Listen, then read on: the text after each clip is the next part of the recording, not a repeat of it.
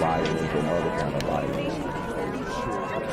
Get away! I could be at work, at school, in my car, I can still get shot by the police. I can get shot anywhere. So it is what it is.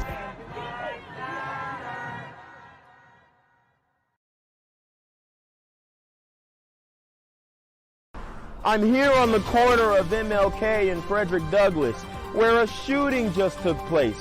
And as you can see, it's a pretty rough area. So I'm basically risking my life reporting on this madness. So make sure you do me a favor and hit the subscribe button. Like the video, hell, share the video. And make sure you go ahead and leave a comment down in the comments section to continue the discussion on how we can find solutions to all this son violence in the streets. I'm Janquavius Jackson, here live, reporting from Atlanta, Georgia, BGZM News 17. All right, guys, so I did want to read this article because it has come to my attention that people in New Orleans are leaving in droves, right? They are tired of the crime. They're tired of these super gremlins on demon time. And, you know, they're looking for a change, but ultimately they're looking for peace. So we do have this story of a woman, a small business owner, Jamie Peacock, from New Orleans. She is a mother of two, and she actually has left the city because she's tired of the crime. She's tired of these super gremlins. So you could consider this white flight, right? Could consider this white flight, but it is not for racially motivated reasons. It may seem like it because those are the cats who are doing the crimes, but she's moving to be safe. But people would categorize this as white flight. I just wanted to make that point. So anyways, let's get into it. Toward the end of May this year, my living nightmare happened. Our teenage son and his friends were enjoying a Sunday afternoon at a fast food restaurant when gunfire broke out. It's the kind of moment that felt like the last straw, but we didn't even get that kind of satisfaction. New Orleans issues had convinced us to move almost 2 years earlier. We were literally packing up. The apathy surrounding that shooting was frustrating. It felt as if no one cared that our kids' lives were endangered or that shooting had been so normalized as to be unworthy of note without a body bag. It was hard to get information about it from the New Orleans Police Department, despite the parking lot being cordoned off and an ambulance being there. I was assured that many shootings don't get reported on, and even people we knew seemed to brush it off. It had long become a series of dark jokes in our own household. Oops, ran a red light. I'm sure the cops will be all over that after they get done responding to all the grisly shootings. Okay, and an ad. Or maybe when we're out of town. Don't accidentally run a red light here. They have resources to respond to violent crimes and enforce traffic laws. As my husband and I pondered the decision to leave, we tried to think of what we could do, what we could change. If this seemed like a single failure, a bad police superintendent, a corrupt business interest, etc., then maybe we could overlook it or stand up to that one issue. But over time, the crime seemed like merely a symptom of systematic failures, resource deficiencies, dark histories, and finally, endemic despondency. This is not systematic failure. Okay, maybe resource deficiencies in the fact that they're mishandling the resources.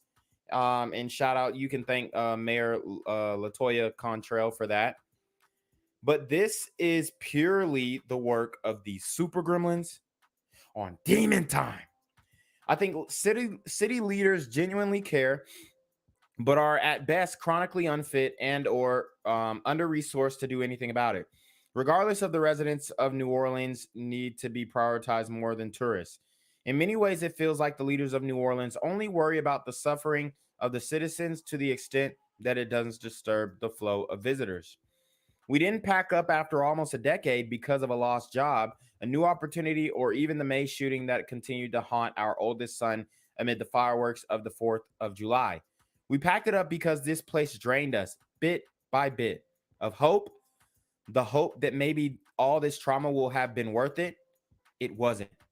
Jamie Peacock is the mother of two and a small business owner. She and her family moved from New Orleans to Arizona in June. New Orleans, like Jamie Peacock, have shared how the rise in crime has changed their lives and their routines, their suggestions for what city leaders should do, and their assessment of how these leaders have handled the situation so far. High-ranking member of the New Orleans Police Department is leaving the force. The source says Deputy Superintendent Paul Noel will leave the NOPD to become police chief in Knoxville, Tennessee. Wow. So it looks like not only are the citizens of New Orleans leaving, but the police leadership are leaving as well. And Knoxville is kind of heating up. You know, I would say that it is kind of heating up with demon time activities. But maybe he thinks there's more hope for Knoxville than New Orleans. And as David Jones reports, some worry replacing police leaders won't be easy. Oh, say that. The best we had. He made a name for himself, a national name, not only local names. A few things that would be almost impossible to replace. LSU health criminologist Peter Sharp says Noel's departure will leave a huge hole in the ranks of NOPD leadership. The 25-year veteran of the force worked his way up in the department, starting as a patrol officer before rising to become deputy superintendent. There are a lot of young sergeants, lieutenants, line supervisors, captains who adored Paul. They respected him professionally. And the risk is now that a trickle will turn into a flood. Yes, and he is absolutely right. And this is not only in New Orleans, this is pretty much all of the liberal main cities. And the excuse that most leaders are making when they see a massive exodus in the police force, like we heard in New York from Mayor Eric Adams, is it's a great opportunity to diversify the force, when in all actuality, diversifying not just the force, but the leadership is the reason why we're in this situation in the first place. And we'll lose our leadership capacity. And it could take years to rebuild, or you could never rebuild. Noel would become the fourth high-ranking member to exit the police department in recent months. Just last month, Special Operations Commander Daryl Albert went to Montgomery to become chief of police. French Quarter District Commander Jeff Walls left in December to become police chief in Ketchikan, Alaska. John Thomas, second in command, also left in December to take a job as the director of the city's Department of Homeland Security. Scharf says Noel brought a different approach to NOPD, one focused on analytic, thought-driven policing. We're talking about retaining patrolmen. But if your leadership leaves, that sends a message down the pike. So the morale issue is longer and deeper than a momentary crisis that we have right now in some parts of the country. Former Police Superintendent Ronald Serpis says it's a positive reflection on the department to have leaders like Albert and Walls take chief positions in other cities. The challenge here for Chief. Whoa. So he straight overlooked the fact that they're leaving because of maybe political influences within the police department. He looked over all of that and said, oh, well, it's an honor that they're going to take leadership positions in other cities, as if he's okay with losing these pivotal pieces to the police department. I mean, it's, you know, like the woman said in the last article, the apathy. It's giving apathy. Ferguson, and I know he's completely up for this, is he's got to keep identifying new talent. He's got to keep identifying those people who can be groomed and be successful for his. And, you know, from what we've seen from Chief Ferguson earlier, or I'd say like November, December 2021, I was kind of on his side, but now I see that he is also part of the problem as well. His leadership team, and as well as potentially other cities' leadership teams. Noel's departure comes at a time when New Orleans is facing a violent crime wave. Already this year, the city has seen 90 homicides, and violent crime is up year over year across the board, according to statistics from the Metropolitan Crime Commission. We reached out to both the mayor's office and NOPD. Neither returned our requests for comments. The official announcement is expected tomorrow.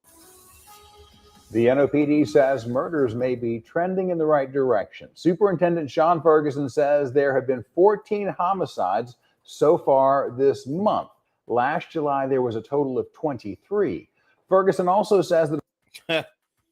But New Orleans has the highest murder rate per capita out of any major city in the United States. And he's saying, oh, murders are trending in the right direction. That's because they was probably chilling this month. It was chilling. You know, maybe those 4th of July meals kind of held them over for a little bit. Okay. Them 4th of July meals held the super gremlins over. They caught the Odysse, but they still got to eat. And I can guarantee that they're going to be hungry as a mug during August. The department's solve rate for murders is above the national average, but he says manpower is still a significant problem. He addressed one case from last Friday night when an officer simply walked away from the job. Oh, say less. Abandon his post, more or less. It's one thing when you're resigning and you turning your equipment. That did not occur. This officer absolutely just walked away from the position. So like I said, mass exodus, they're just quitting like on the spot. They don't care about no benefits. They might be losing. They don't care about no 401k. Sheesh. Ferguson says he hopes the recently passed bonuses for officers will attract and keep more on the force. He also says the department will soon begin its lateral program to hire and train officers from other departments in the state. The day where it was only me who showed up. I was the only officer who showed up, was me and the supervisor, but there was 3 of us. That's actually a really good day. Tonight, hear from a now former NOPD officer and why he walked off the job last Friday night in the middle of his shift policing the French Quarter in CBD. Good evening, I'm Lee Zurich. And I'm Liz Reyes. Tonight, as New Orleans deals with a police shortage, the NOPD chief says the focus should be on recent arrests instead of how many police officers are on patrol. However, as Caitlin Rust reports, one former NOPD officer says the manpower shortage puts officers at risk, and that is why he quit. I think there was almost 40 calls holding, meaning 40 people had called 911 and were waiting on police. Third year. Wow. He said he was fed up. He said he was fed up. And Chief Ferguson tried to categorize it in a whole nother way. And although maybe the way that he walked off wasn't the best way, people are fed up and they don't want to be a part of this stuff no more. Okay? So I respect his decision to walk off and just say, F it, man. If y'all don't care, I don't care. Officer Scott Fanning told his supervisor that he quit and went home in the middle of his 8th District shift Friday night. He says it just clicked. There was about 35 patrol officers logged in the whole city. That's about 1 officer per 10,000 people. He says there were just 3 on shift in the 8th District, and that's become normal. What are you going to send one officer to a high priority call by himself? And I guess that is, I don't know if that's what's expected but that's what was happening. That from my experience, that's what was going on, and that's just not worth it. It's not worth your life. There shouldn't be that. So they're sending 1 officer to a high intensity situation. They're getting a high volume of calls, and they're just, after you hit the 34th call, hit 35th, right? A few officers with as much crime that happens there. He abandoned, as far as we're concerned, the citizens of New Orleans. He abandoned this department. Ferguson. And what are you doing? What are you doing? Okay? What is Chief Ferguson doing? He says that the man abandoned his post. Okay? But once you see the carnage in the streets and you pretty much see these guys getting locked up and then tossed back into the streets with a low bail, the morale starts to shift. And your motivation to do the job that you once thought was a valiant and courageous thing has now dwindled. Says he's disheartened, but Fanning is too. It's kind of disheartening when they say that I abandoned them. We are being abandoned. The department is. Yeah, the department is being abandoned and they are being defunded. Okay.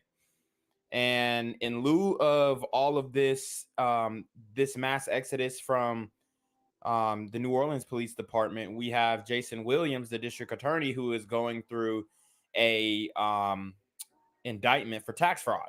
So he's standing trial. A lot of people are rooting for him. A lot of people are against him. They want to see this man go down because he is one of the reasons why a lot of these super gremlins on demon time are getting released back into the public.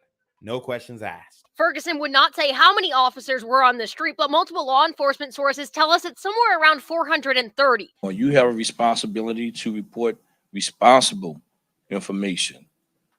Let's stop building on a negative. Let's start building on a positive and give this city a sign of hope. What is positive about New Orleans right now? You're leading the country in murders per capita. You have young black men dragging 74-year-old women, grandmothers, in the streets. I just read a story yesterday about a young super gremlin who killed a 70-year-old man in his car after crashing into him. And he didn't die from the impact of the crash. He died because when they got in the wreck, the super gremlin angrily got out of his car and aired the 70-year-old man out. These super gremlins are on demon time. Ferguson blamed the media for beating the drum of staffing issues, saying it sends a bad message to citizens and criminals. Guess what? There isn't a department across this country that is adequately staffed today. So we have to get away from that messaging. And why is that? Defund the police. We're doing our very best with everything that we have. We have to think outside of the box. That is why detectives are wearing uniforms. That is why some of our administrative officers are wearing uniforms. That is why we're strategically changing our deployment on a daily basis. Ferguson said on top of patrol redeployments, the lateral training program will be ready by the end of the year, making it possible for officers from other departments around the state to come to the city without starting training from scratch. But some, like Fanning, who always wanted to be an officer and joined the force as soon as he was old enough, say it will take more than that, more than money even. Some are even leaving for less pay. You're not going to feel like you might die every single day you go. In Ferguson's update, he said there are things to be optimistic about. He says state and federal partners have been helping. He announced 122 armed robbery arrests this year, up from last year, 63 homicide arrests also up, and 79 non-fatal shooting arrests, which have actually gone down 10%. I'm here on the corner of MLK and Frederick Douglass, where a shooting just took place. And as you can see, it's a pretty rough area. So I'm basically risking my life reporting on this madness. So make sure you do me a favor and hit the subscribe button. Like the video, hell, share the video. And make sure you go ahead and leave a comment down in the comment section to continue the discussion on how we can find solutions to all this son violence in the streets. I'm Janquavius Jackson, here live, reporting from Atlanta, Georgia, BGZM News 17. All right, guys. So the story you've all been waiting for. It's sad to report on this, but we have the brother Jay the Youngin, a rapper from New Orleans, shot and killed alongside his father in his hometown. I told you guys we live in an op culture. A lot of these super gremlins absolutely have ops everywhere, fabricated ops, imaginary ops, and these ops have been manifested into real life and turned into real beef with real people. And a lot of these guys, you know, they do things without thinking. Jada Youngin is a known pill head, a known lean head. He's a known pill popper. He's a known drug addict. As a matter of fact, there was a interview that he did on DJ Small Eyes where he completely just went to sleep during the interview because he was so high. And I think that's what really got him a lot of buzz, got him really famous. So, you know, these guys, these rappers, man, they're going to continue to get clapped. They're going to continue to get killed because, quite frankly, the community, the black community, the culture is toxic. All right, guys. So we have multiple blogs that are posting on this. I do want to go through the comment section. Then I'm going to read an article. about his untimely demise, his untimely slaying, if you will. And most likely the guys who did this will not be caught, will not be captured. As you see in New Orleans, they are having a problem with manpower in the city. So that just goes to show that this may go unsolved. So let's get into it. Somebody says the comments are crazy AF. Wow, I was just saying we lose too many rappers. We got to do better. Prayers up. What do you mean by we got to do better? What do you mean by we got to do better? Because it's like people it's almost like people don't want that to happen. This person says black people don't care. We love breaking the law, killing each other, destroying property, and acting ratchet. While doing it, we won't change, but we're still victims. Every cop want to kill us, even though we kill each other more than cops kill us. No, every cop doesn't want to kill us. As a matter of fact, the cops just want to leave the force. They don't even want to protect us because they see that we don't want to protect ourselves. So it's not that the cops want to kill us. The cops actually want to save us. They want to be heroic and they want to bring change to the community. But what's happening is black people in the community don't want that change. They're demanding defunding the police and they're demanding people not to snitch. When in all actuality, we need more people who are cooperating with the police. Somebody says Cap. They don't believe it, but it's true. He's dead. He wasn't breathing. They said, oh, he was in critical. He's unresponsive. No, he's dead. So is his father. And this is very horrible thing. Somebody said, don't care. Young boy just dropped. Wow. Okay. Damn, young N-word can't get a break. He got a break from life. People already doing the mass following. Yes, so they're following him. Young boy already sliding. So I guess he had some beef with Young Boy, NBA Young Boy, and maybe them dudes swept him up. I don't know. Okay. But I mean, a lot of people mentioning Young Boy in the comments. I'm not going to put that on him because he just beat a Fed case, which I don't think he should have beat, but he beat it anyway. Jit really can't catch a break. Yeah, I mean, he just got out of prison. I think he was fighting a charge, and now he's gone. He's gone. Somebody say Young Boy better. So Young Boy next song finna be lit. So it's obvious that they were beefing. All right, guys. So we're gonna read this article right quick. I'm pretty sure he's dead because he wasn't breathing last time I checked. R.I.P. to the brother. Like I said, you know, hip hop is a very dangerous game, especially for young black men. If you're a white man, you're fine. Okay, Jack Harlow, yeah, he's not gonna have ops. Nobody's gonna spin on him. But the type of energy that a lot of these young black men, super rapper gremlins, if you will, kind of fester up in their lives only leads to their demise. And the recent Twitter talks, Jada Youngin, a well-known rapper, got shot to death. The social media world is raging over what happened to this talented individual. Rapper and singer Javorius Tykees Scott, also known as Jada Young, is from the United States. His most popular songs are 23 Island, Elimination, and Ops, which have, as of November 2020, acquired 49, 27, and 26 million plays on SoundCloud, respectively. Born and brought up in Bogalusa, Louisiana, United States, he was 24 years old and quite young to have passed away.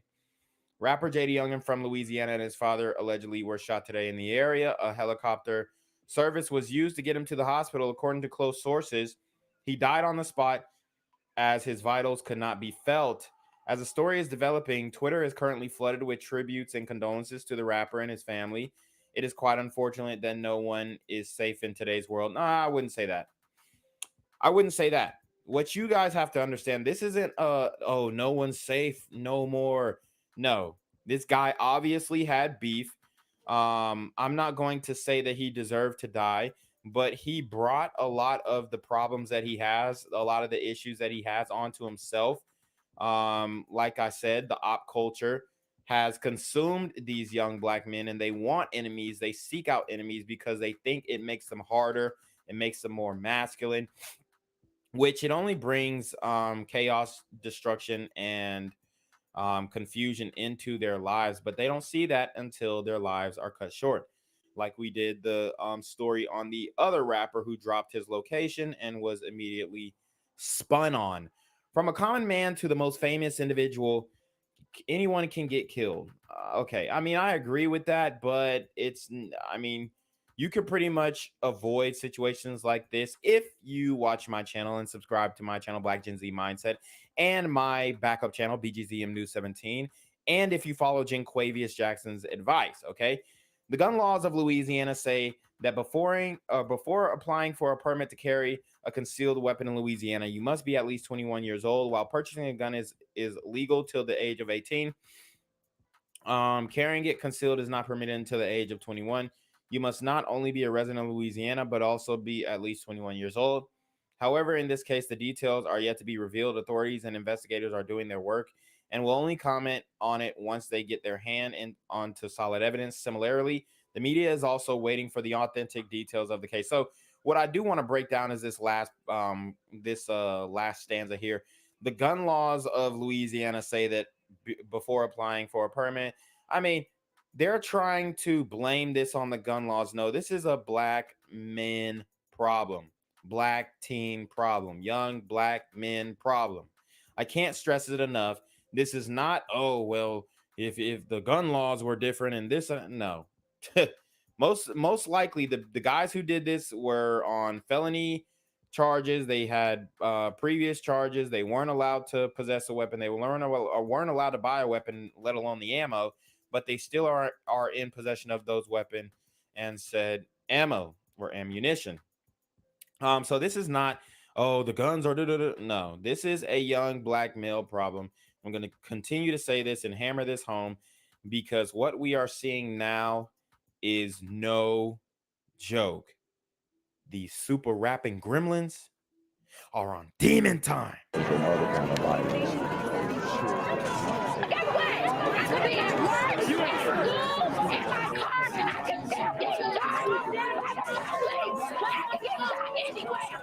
So it is what it is.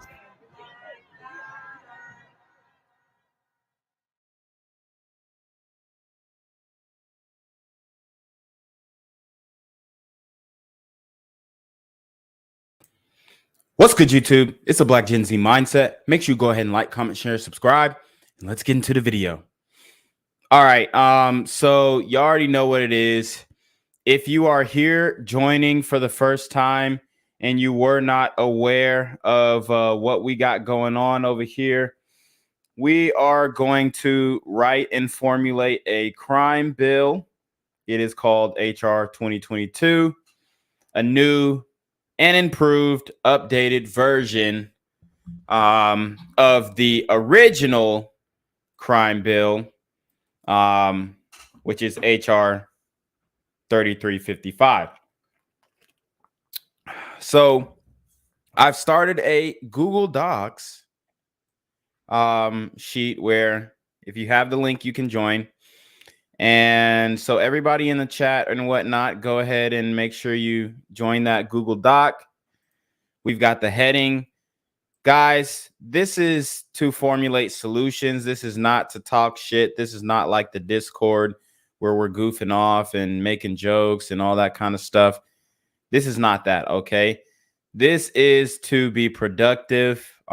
This Google Doc is, to brainstorm and maybe put together some solutions as to what we can do to come to an agreement on how the punishment should be distributed, what we would need to prevent these measures and whatnot. So the link is in the description. I'm also going to add a StreamYard link later on. I just want to get through some of the original crime bill, which we're going to read. And like I said, we're going to see what we like. We're going to see what we don't like over here. We like to look back and actually get through some of these documents. And obviously, this document is 356 pages. So it's probably going to be a 4-part series. It's probably going to be a 4-part series. So I'm going to read a little bit. I'm going to read a little bit while y'all can join the Google Doc, which I will drop the link. I mean, the link is already in the description, but I'm also going to drop the link in the chat. So let me see. All right, so I'm dropping the link in the chat. So you can join the Google Doc. Like I said, guys, don't do no goofy shit, and we're not making jokes or doing any of that. And I do have the authority to kick everybody out of the group as well, or any people who, try to make light of this situation. We're trying to come up with solutions. Okay. So if you want to go and make joint jokes and stuff like that, you can definitely go to the Discord. Let's see. I just want to make sure I'm streaming to all the right places. Okay. It looks like we're good. Looks like we're good. Okay. So yeah, like I said, let's read a little bit through this. Then I'm going to open up the StreamYard, and we'll get through some other current event stories that are happening right now. I'm sure once we see, once we start reading through this, we can find some relevant current event stories. So let's get it. This title may be cited as the Public Safety Partnership and Community Policing Act of 1994. The purposes of this title are to substantially increase the number of law enforcement officers interacting directly with members of the community, in quotes, cops on the beat. 2, provide additional and more effective training to law enforcement officers to enhance their problem-solving service and other skills needed in interacting with members of the community. 3, encourage the development and implementation of innovative programs to permit members of the community to assist state, Indian, tribal, government, and local law enforcement agencies in the prevention of crime in the community. And 4, encourage the development of new technologies to assist state, Indian, tribal, government, and local law enforcement agencies in reorienting the emphasis of their activities from reacting to crime to preventing crime by establishing a program of grants and assistance in furtherance of these objectives, including the authorization for a period of 6 years of grants for the hiring and rehiring of additional career law enforcement officers. All right, so let's get into this first part Q, public safety and community policing, cops on the beat. Let's take a sip. Authority to make public safety and community policing grants. Grant authorization. The Attorney General may make grants to states, units of local government, Indian tribal governments, other public and private entities, and multi-jurisdictional or regional consortia, therefore, to increase police presence, to expand and improve cooperative efforts between law enforcement agencies and members of the community, to address crime and disorder problems, and otherwise to enhance public safety. So we're talking about money here, okay? It's going to need money. We're going to need money. How much is it going to cost? That's what we have to come up with. Obviously, it's a national average, but that's something to think about. That's something to think about. So if I got anybody in that Google Doc right now who can kind of just like put bullet points for me, that would be greatly appreciated. I'm going to drop the link one more time. Matter of fact, let me go ahead and pin it, because I need somebody who's going to get on that Google Doc, because I can't type and read this at the same time. So we definitely need to figure out the financial side of this. How much is this going to cost? That's the first thing. Okay. First and foremost, guys, make sure y'all hit that super trap. Make sure y'all hit that Cash App. Make sure y'all hit that PayPal. We're getting active. We're coming up with solutions, since everybody wants to say that, oh, y'all just speak on the problem. Y'all never come up with solutions. That's what we're doing. So if somebody in there, I'll just go ahead and put like a first bullet point. And then after that, I'm going to need some help. So if anybody wants to help me out, How much is it going to cost? All right. So then anybody else who wants to get in there can add to it. Also, you can join the Discord. But anyways, grant authorization. Oh, we already read that. Rehiring and hiring in initial redevelopment grant projects. One, in general, grants made under subsection A may be used for programs, projects, and other activities to A, rehire law enforcement officers who have been laid off as a result of state and local budget reductions for development or deployment of community-oriented policing.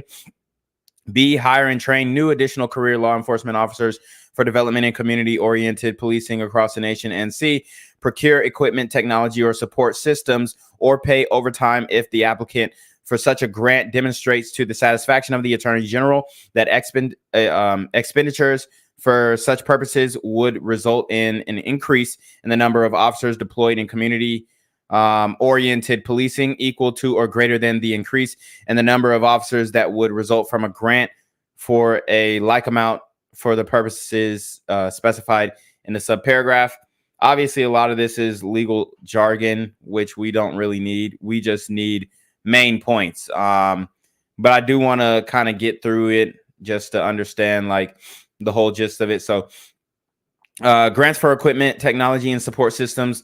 Grants pursuant to paragraph 1C may not exceed 20% of the funds available for grants pursuant to this subsection in fiscal year 1995. So they're delegating 20% of the funds available for grants, or 20% of the funds, I think, and that's based off of the GDP of 1995. So they're only delegating 20% to this, which isn't bad. That's actually pretty good. A fifth.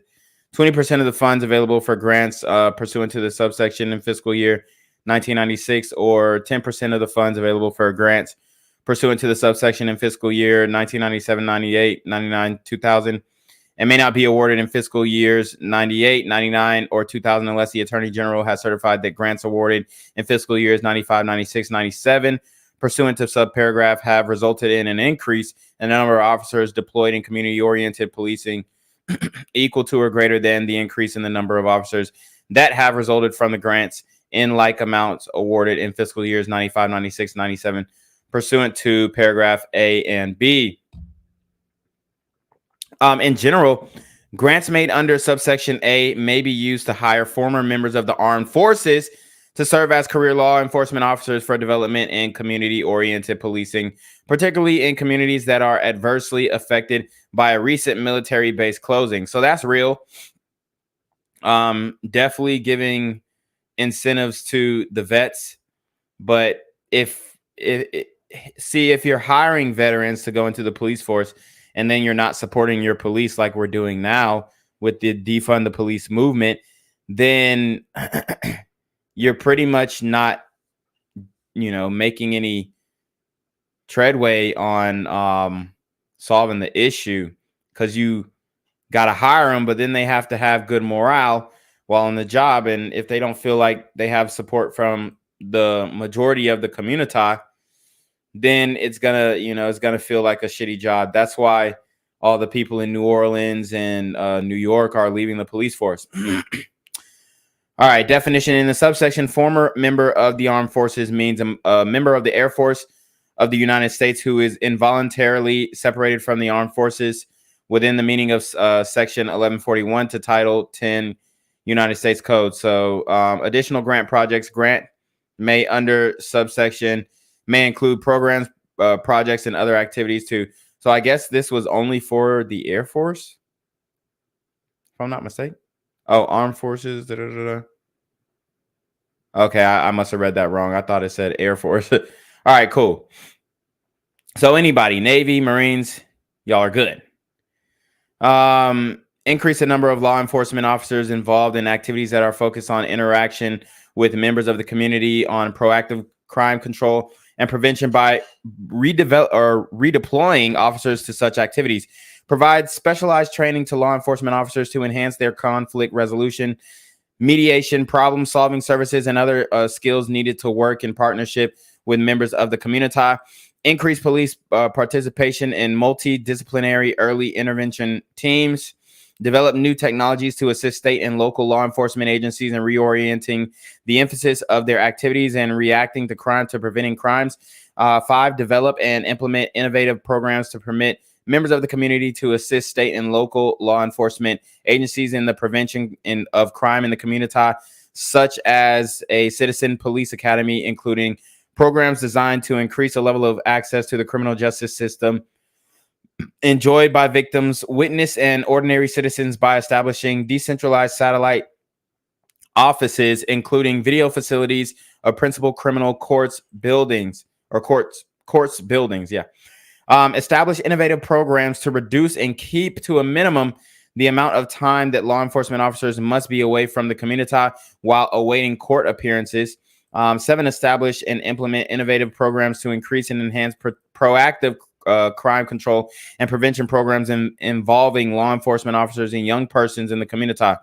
8, develop and establish new administrative and managerial systems to facilitate the adoption of community-oriented policing as an organization-wide philosophy. And I mean, I think that's what we were working towards up until just recently. Actually, within the last 10 years, you've seen a major turn on the police. And guys, I'm not saying that you should trust the police wholeheartedly. That's not what I'm saying. I'm saying that we definitely need a joint effort. Okay. Establish, implement, and coordinate crime prevention and control programs involving law enforcement officers working with community members with other federal programs that serve the community and community members to better address the comprehensive needs of the community and its members. And 10, support the purchase by a law enforcement agency of no more than one service weapon per officer upon hiring for development or for deployment in community-oriented policing, or if necessary upon existing officers' initial redeployment to community-oriented policing. Preferential consideration of applicants for certain grants. In awarding grants under this part, the Attorney General may give preferential consideration where feasible to applicants for hiring and rehiring additional career law enforcement officers that involve a non-federal contribution exceeding the 25% minimum under subsection I. Technical assistance. 1, in general, the Attorney General may provide technical assistance to states, units of local government, Indian tribal governments, and to other public and private entities in furtherance of the purposes of the Public Safety Partnership and Community Policing Act of 1994. 2, model the technical assistance provided by the Attorney General may include the development of a flexible model that will define for state and local governments and other public and private entities definitions and strategies associated with community or problem-oriented policing and methodologies for its implementation. 3, training centers and facilities. The technical assistance provided by the Attorney General may include the establishment and operation of training centers or facilities either directly or by contracting or cooperative arrangements. The functions of the centers of facilities established under this paragraph may include instruction and seminars for police executives, managers, trainers, supervisors, and such others as the Attorney General considers to be appropriate concerning community or problem-oriented policing and improvements in police community interaction and cooperation that further the purpose of the Public Safety Partnership and Community Policing Act of 1994. Utilization of components. The Attorney General may utilize any component and components of the Department of Justice in carrying out this part. Minimum amount, unless all applicants submitted by any state and grantee within the state pursuant to subsection A have been funded in qualifying state together with grantees within the state shall receive in each fiscal year pursuant to subsection A, not less than 0.5% of the total amount appropriated in the fiscal years for grants pursuant to the subsection.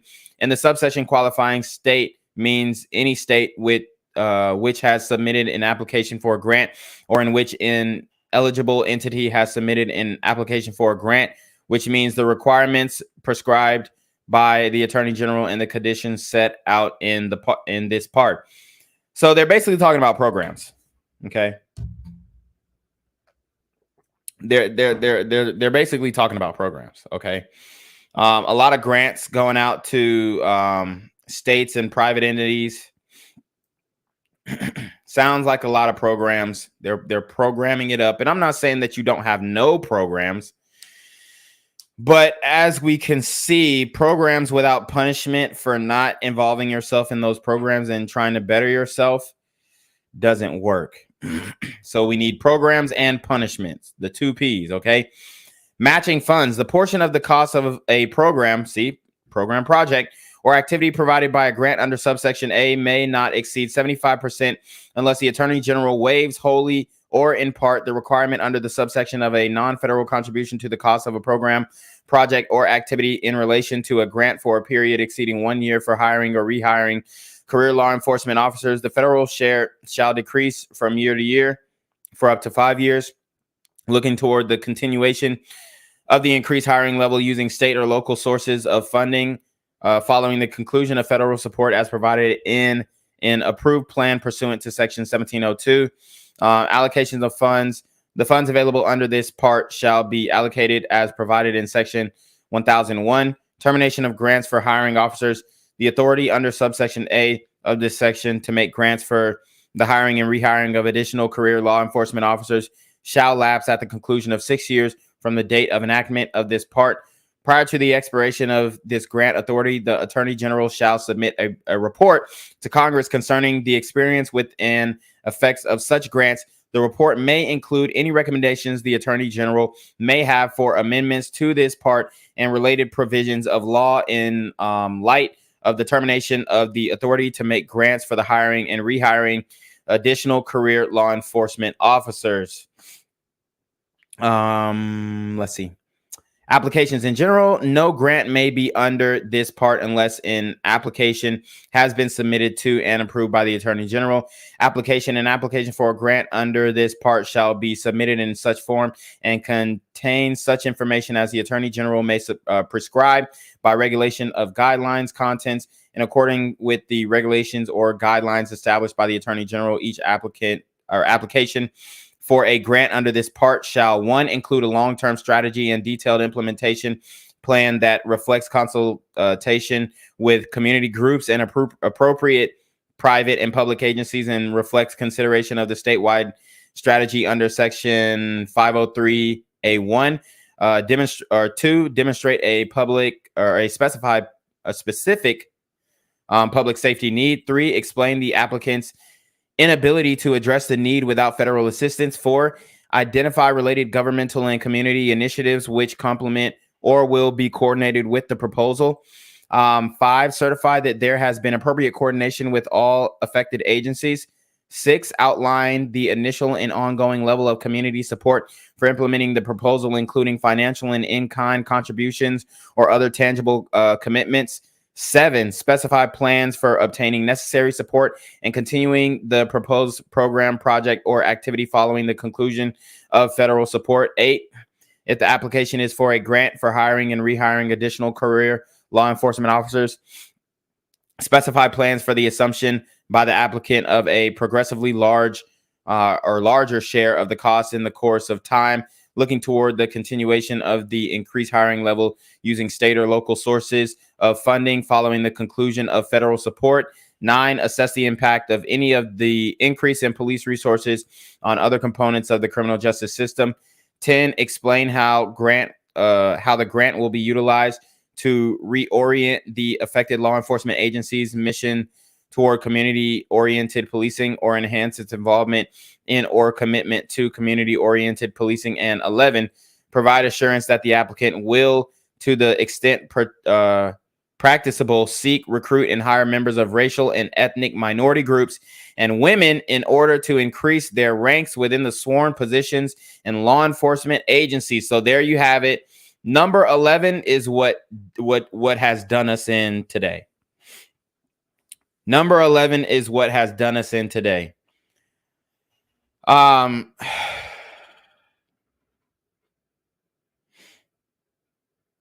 understand having diversity, okay? I definitely get it. I'm not opposed to it. but I'm also for hiring the best people for the job. And if the best people for the job doesn't happen to be diverse, I don't think you should force diversity if the best people for the job does not look like a diverse demographic. For example, say you have a judge and you have 6 applicants, all of them different colors, different races. It doesn't even matter what their race is. But let's say the blue judge is better than the red judge, but the red judge is a minority. There are more blue judges, okay, across the country. In this case, most likely the red judge will be hired. And let me tell you why. Because it's not necessarily merit-based, especially when they're trying to fill a quota, okay? It is based off of, this person's, the checks, the boxes that they check off, okay? As far as their identity goes. And the more different factors that you have to add to your minority, the more of a diverse the hire is, which is going to allow them to get these grants and get these these finances for private and state funded programs. So, like I said, it should be about the best people for the job. Look at this. Like, I mean, even when you're writing, even in this right side of the header, it says minorities. So you're going through the whole damn document and they have to put a header right here on the minorities part to say, hey, we included you guys. I mean, it's a little embarrassing. If we already have Title IX, if we already have these things that are these inclusive policies, why do you have to continue to write that in, right? If you already can't discriminate, then why are they continuing to write it in? Okay, I'm just saying. Special provisions, small jurisdictions, notwithstanding any other provisions of this part in relation to applications under this part of units of local government or law enforcement agencies, having jurisdictions over areas with populations of less than 50,000. The Attorney General may waive one or more of the requirements of subsection C and may otherwise make special provisions to facilitate the expedited submission, processing, and approval of such applicants. Small grant amount. Notwithstanding any other provision of this part in relation to applications under section 1701D for grants of less than $1 million, the Attorney General may waive one or more of the requirements of subsection C and may otherwise make special provisions to facilitate the expedited submission, processing, and approval of such applications. Section 1703, renewal of grants. In general, except for grants made for hiring and rehiring additional career law enforcement officers, a grant under this part may be renewed for up to 2 additional years after the first fiscal year during which a recipient receives its initial grant. If the Attorney General determines that the funds made available to the recipient were used in a manner required under an approved application, and if the recipient can demonstrate significant progress in achieving the objectives of the initial application, grants made for hiring or rehiring additional career law enforcement officers may be renewed for up to 5 years, subject to the requirements of subsection A, but notwithstanding the limitation in the subsection concerning the number of years for which grants may be renewed. C, multi-year grants. A grant for a period exceeding 1 year may be renewed as provided in this section, except that the total duration of such a grant, including any renewals, may not exceed 3 years or 5 years. If it is a grant made for hiring or rehiring additional career law enforcement officers. Section 1704, limitation on use of funds. A non-supplemental requirement. So funds made available under the part of the states of units of local government shall not be used to supplant state or local funds, or in the case of Indian tribal government, funds supplied by the Bureau of Indian Affairs, but shall be used to increase the amount of funds that would, in the absence of federal funds, receive under the part be made available from state or local sources, or in the case of Indian tribal governments. from funds supplied by the Bureau of Indian Affairs. Shout out to Rudy Bishop with the $20 super trap. He says, "You put in work, I gotta pay. You're killing." Oh, say less. Hey, appreciate you, Rudy. I appreciate that super trap there. Non-federal costs. One, in general, states and units of local government may use assets received through the assets forfeiture equitable sharing program to provide the non-federal share of the cost of programs, projects, and activities funded under this part. Indian tribal governments funds appropriated by the Congress of the activities of any agency of an Indian tribal government or the Bureau of Indian Affairs performing law enforcement functions on any Indian lands may be used to provide the non-federal share of the cost of programs or projects funded under this part. C, hiring costs. Funding provided under this part for hiring or rehiring a career law enforcement officer may not exceed $75,000 unless the Attorney General grants a waiver from this limitation. Okay. Performance evaluation. Monitoring components. Each program, project, or activity funded under this part shall contain monitoring component development pursuant to guidelines established by the Attorney General. The monitoring required by this subsection shall include systematic identification and collection of data about activities, accomplishments, and programs throughout the life of the program, project, or activity, and presentation of such data in a usable form. B, evaluation components. Selected grant recipients shall be evaluated on a local level or as part of the national evaluation pursuant to guidelines established by the Attorney General. Such evaluations may include assessments of individual program implementation in selected jurisdictions that are able to support outcome evaluations. The effectiveness of funded programs, projects, and activities may be required. Outcome measures may include crime and victimization indicators, quality of life measures, community perception, and police perception of their own work. C, periodic review and reports. The Attorney General may require a grant recipient to submit to the Attorney General the results of monitoring and evaluations required under subsections A and B, and such other data and information as the Attorney General deems reasonably necessary. Section 1706, revocation of suspension of funding. If the Attorney General determines as a result of the reviews required by Section 1705 or otherwise that a grant recipient under this part is not in substantial compliance with the terms and requirements of an approved grant application submitted under Section 1702, the Attorney General may revoke or suspend funding of that grant in whole or in part. Section 1707, access to documents. By the Attorney General, the Attorney General shall have access for the purpose of audit and examination of any pertinent book, document, papers, or records of a grant recipient under this part, and the pertinent books, document, papers, or records of state and local governments, persons, businesses, and other entities that are involved in programs, projects, or activities for which assistance is provided under this part. B, the Comptroller General, subsection A, shall apply with respect to audits and examinations conducted by the Comptroller General of the United States or by an authorized representative of the Comptroller General. Section 1708, General Regulatory Authority. The Attorney General may promulgate regulations and guidelines to carry out this part. Section 1709, definitions. In this part, career law enforcement officers means a person hired or a permanent basis who is authorized by law or by a state or local public agency to engage in, supervise the prevention, detection, and or investigation of violations of criminal laws. Citizens Police Academy means a program by local law enforcement agencies or private nonprofit organizations in which citizens, especially those who participate in neighborhood watch programs, are trained in ways of facilitating communication between the community and local law enforcement in the prevention of crime.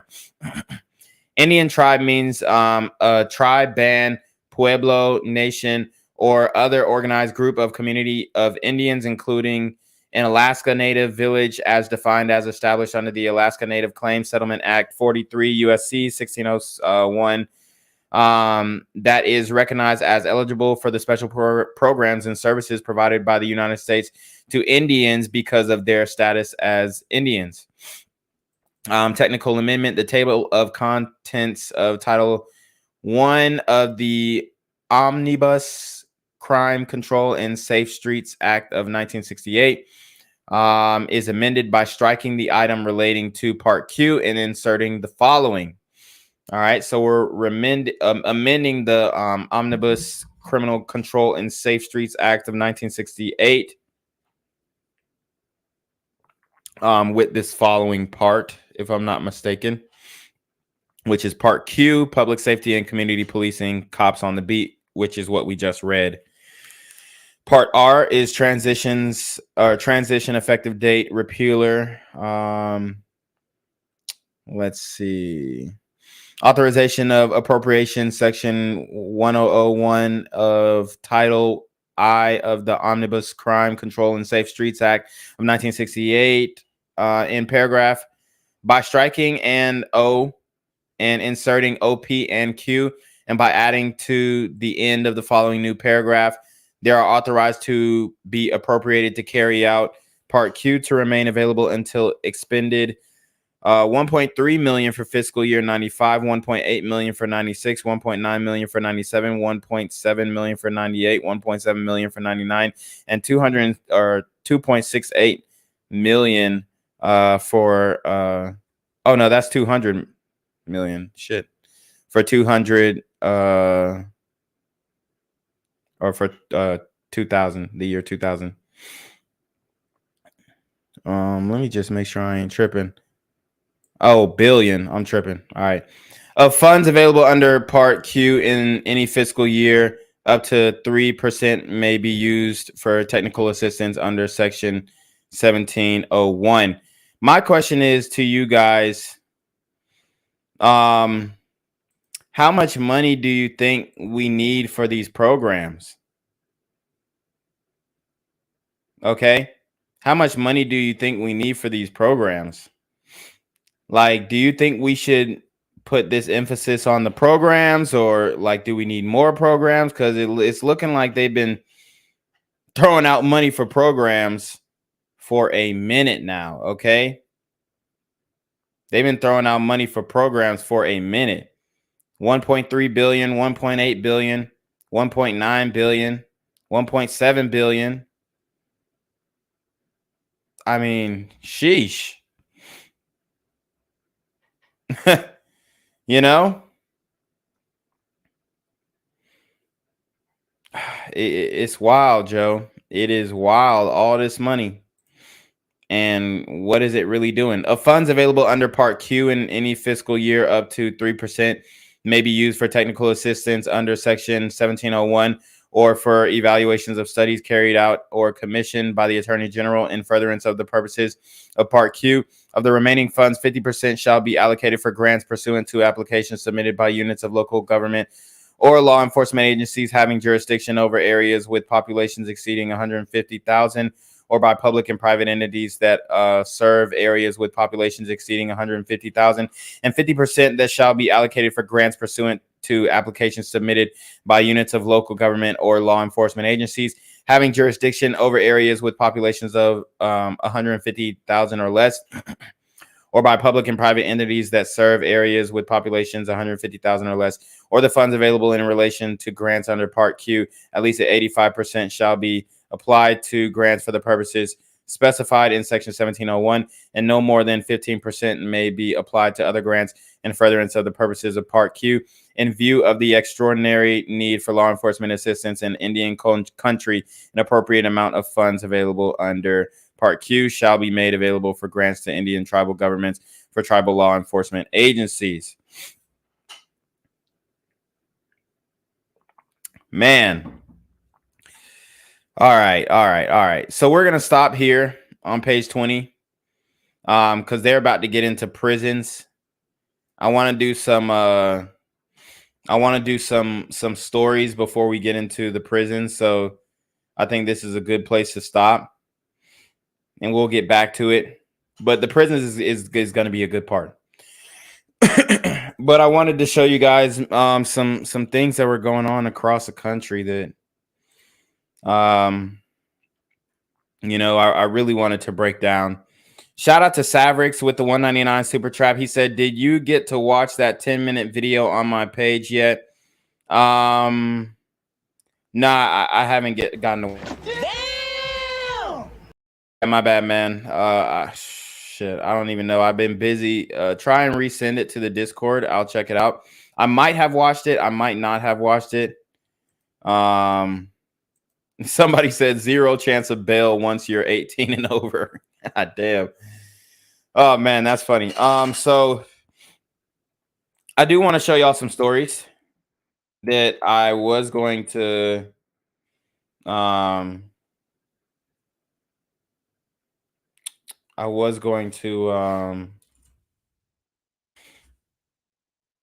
me see. I was gonna do like individual stories about it, but you know what? I'm just gonna do it here because I don't really have time. But basically, the Kia boys are terrorizing these women, y'all. The Kia boys are terrorizing these women, okay? So I'm gonna show you exactly what happened. This sister had a bad experience with the Kia boys. And this may, give us some ideas of what needs to happen with this crime bill. Listen, y'all, I'm not one to post me crying. I'm not one to even, but let me tell you something. There is a TikTok trend going around. If you got a Kia or a Hyundai, they will take your ignition apart and steal your fucking car. Here it is. Okay, so this sister, it looks like she hasn't been watching BGZM News 17. So she hasn't been put on game. She's completely oblivious to what is going on in the street. She's completely oblivious to these super gremlins on Demon Time. And it shows, okay? It shows. A lot of these sisters will be out in the streets protesting and making a huge fuss about a lot of these thugs that are getting killed by the police. But they don't understand that these are the types of guys who do these TikTok challenges. This is not a TikTok challenge. This is bigger than a TikTok challenge, honey. This is further than just a TikTok challenge. This is just lawlessness, no consequences. Everything has built up to this point. 11:20.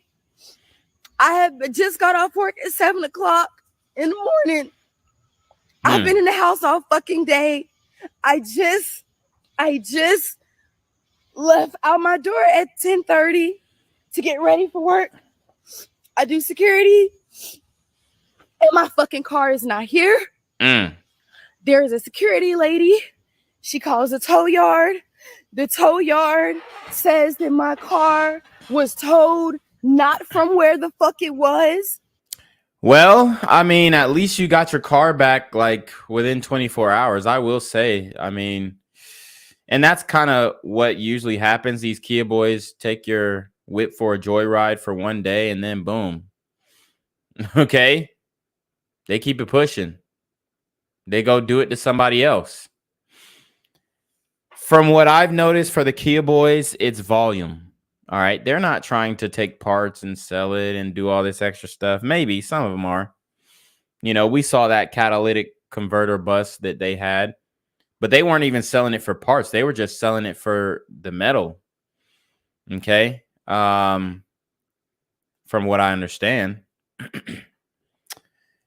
So you had this sister crying about this situation and complaining about it. And I mean, I'm pretty sure that if you go back in her history, then she definitely was on the BLM and all that kind of protests and stuff.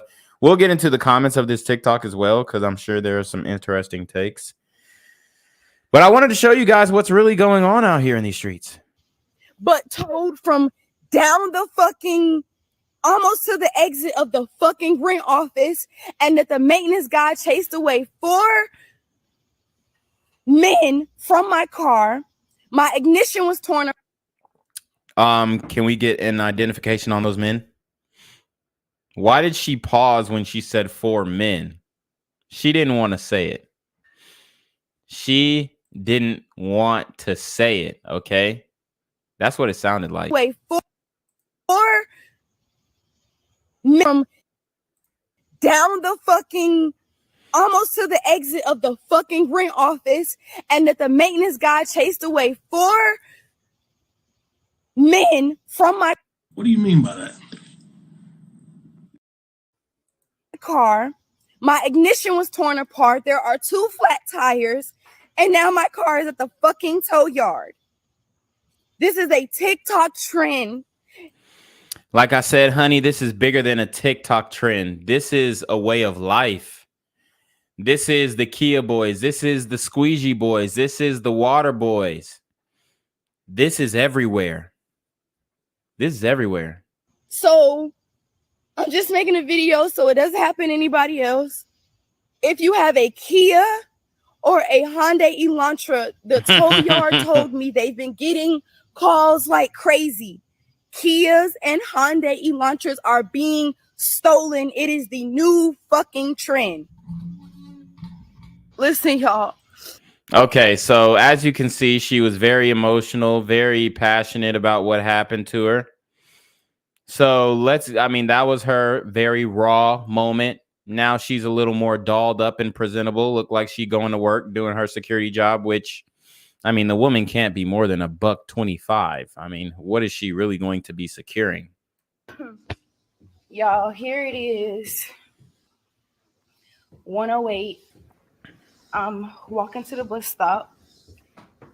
I'm more than likely gonna be late because one thing about the bus is if you use the bus as your transportation, you better leave an hour early.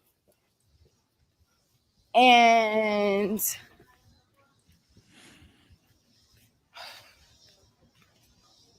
I'm just now leaving the house, bro. So I know I'm gonna be late. This is ridiculous. I'm used to getting up. Oh, damn, it looked like she walking with the Holy Spirit. Depending on how close or how far my sight is, The contrast in the camera is not, the focus is not working with her skin, it looks like. is it so bright? What the fuck Damn. is going on? Yo, why is it so bright? I don't know. I'm used to, depending on where my site at, getting up. This site is actually literally like a 12-minute drive, so I probably would have left the house about 1:40.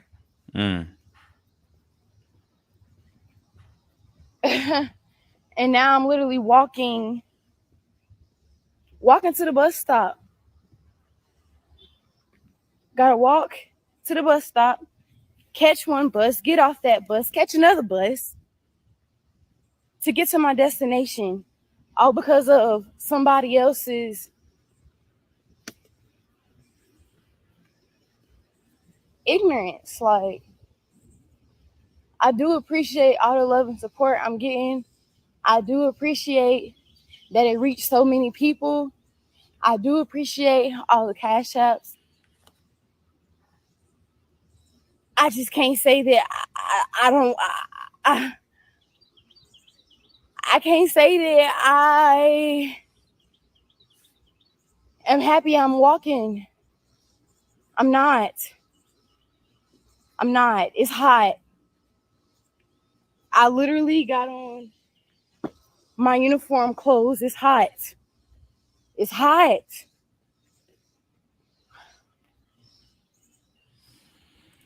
Damn, look how the Kia boys done did this sister, man.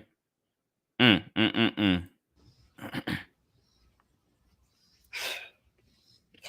not even at the end of I'm not even at the end of the damn complex yet. Then gotta sit and wait for the bus.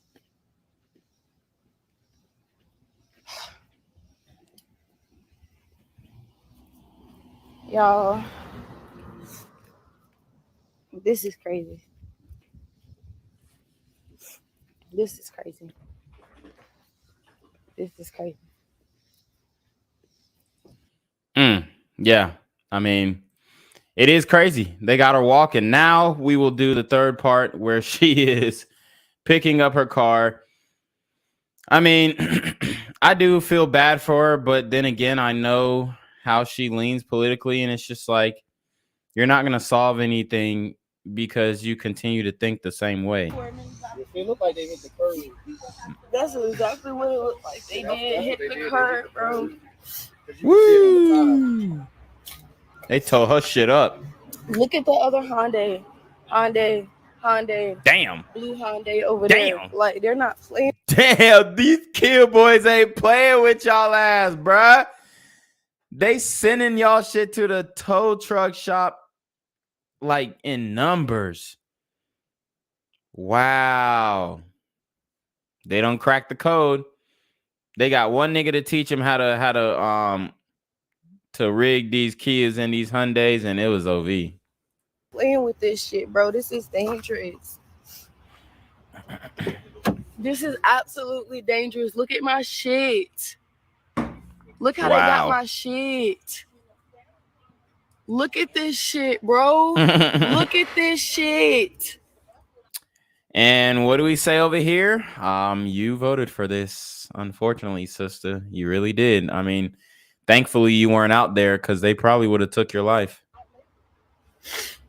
Look at this shit. Bro. Look at the look at the Nah, they didn't go through nothing. These are the fucking pieces. Yeah, those are the pieces. Let's read the comments. This world gets sadder more and more every day. Sorry this happened to you. God bless. It was so much money I had to pay for towels, trucks, parts. I had to pay to get my car back. It was the worst. Honestly sad. People laughing and making jokes in the comment section until it's them. This is why I no longer support lighter sentencing and bail reform. Yes. Okay, sister. Criminals out of control, dangerous, and have no regard for others. Okay, interesting. If jails/prisons aren't working for our society already, why should we push for harder sentencing again? Oh, they were working, though. Separation from large society is necessary. I shouldn't be at risk because someone doesn't want to stop a life of crime. Facts. I also agree separation is necessary, but I firmly believe that reform around rehabilitation itself needs to happen sooner rather than bitch. We already have rehabilitation. We realize that it don't fucking work for 85% of the people. For 85% of the people. This is what makes me so mad. Hardworking people. Hyundai and Kia about to have hella lawsuits. What? That has nothing. Look at Jamisha Ratchet ass talking about some Hyundai and Kia. Bruh. Oh my God. How they want to sue Hyundai and Kia because these super gremlins are stealing those cars because they found out how to start the ignition without the key. This is how sisters think, y'all. A lot of people talking about karma. Yeah, no such thing. Good luck waiting for karma. Okay. I mean, the people are lost, especially on TikTok. Why not just support this and support that? Shut the fuck up.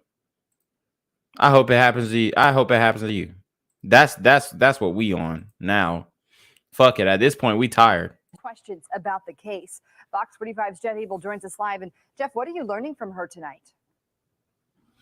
For the first time, the mother is talking tonight, and while she is denying her son's involvement, she is blaming the city for failing her son.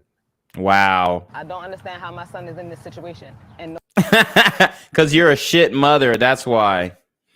I don't understand how my son is in this situation. Like, you can already tell this bitch hood as fuck. Nobody is telling me anything. She's the mother of a 15-year-old who spent years squeegeeing windows at city intersections. But now her son, who pressed motorists for money, is accused of killing one. God, pressed motorists for money. These are the squeegee boys, just like the Kia boys, just like the water boys. They're all one and the same. Shout out to K Wimsat with the $5 super trap. He says, Salute BGZ from the #1 stunner. Damn! I'm trying to figure out what's going on with my child.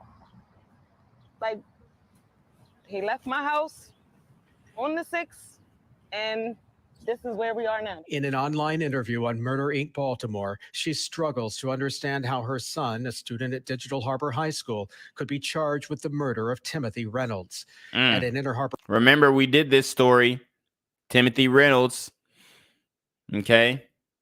The guy who was fed up with them squeegee boys. Intersection last month, police write in charging documents that the victim was walking away from the suspect group with a baseball bat. So he was walking away. Ain't this what the Super Gremlins complain about? He was walking away. He didn't have a weapon. He was unarmed. When the cops shoot niggas, like, but then you got these squeegee boys. Like, these gliders done had it, bruh. Stop squeegeeing the car. You fucking up my windshields. They've had it. So why shouldn't they be able to say, yo, get off my car?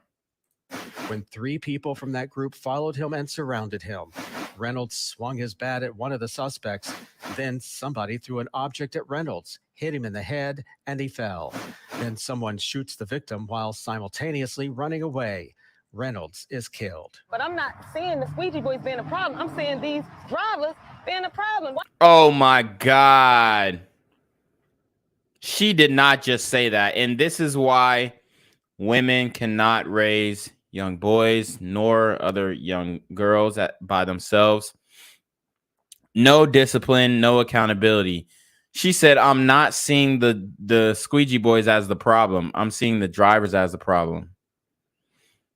Dude, there's a problem with him walking in the middle of traffic with a wife beater with Windex and a squeegee. There's a problem with that, yo. If you don't think there's a problem with that, then you're out of your fucking mind. But I'm not seeing the squeegee boys being a problem. I'm seeing these drivers being a problem. Why y'all gotta be so aggressive to these kids? The suspect's father is. Wait, why are they so fucking aggressive? What do you mean? Why y'all got to be so aggressive? He literally shot the man. What's more aggressive than shooting a man to death? God, these sisters are. Yo, the delusion is crazy. What's more aggressive than killing a man? Can somebody please tell me in the chat? This is insane. Is making a statement of his own on a fundraising website, writing, he's not a menace to society. For now, his son is locked up without bond and facing charges that, if convicted. Hold on. They let his GoFundMe stay up? This can't be the same. Hold on. Did I miss something? The suspect's father is making a statement of his own on a fundraising website. The suspect's father. So they're allowing him to keep up a GoFundMe of 40,000, but the bodega guy had his GoFundMe shut down when he was legitimately defending himself. But this piece of shit guy shoots somebody after he most likely aggressively squeegeed their vehicle. If somebody tells you to get the fuck off my car, you get the fuck off my car. And if you don't, me personally, I'm not going to come out with a baseball bat. I'm going to come out with the 40. Okay? But if somebody felt that way to come out with a baseball bat because you wouldn't get off their car, then hell yeah. We've seen how these squeegee boys react when you tell them no. They punch your windows. They start talking all this type of shit. They start calling you out your name. Bro, people are tired of that shit. People are tired of that shit, bro. Writing, he's not a menace to society. For now, his son is locked up without bond and facing charges that, if convicted. That and GoFundMe is full of shit. There's no reason why he should be able to have a GoFundMe up. Could put him away for life. I think the city failed them because they're putting so much attention on these squeegee boys. Bitch, what about you? The city failed him. What about your dumb ass? Why is he outside squeegeeing in the first place? Why didn't you teach him how to get a fucking real job? Do you know how to fill out a job application? You could have done it for him. Why is he outside squeegeeing? There are plenty of jobs in Baltimore. As a matter of fact, there are programs who are trying to hire niggas to stop squeegeeing.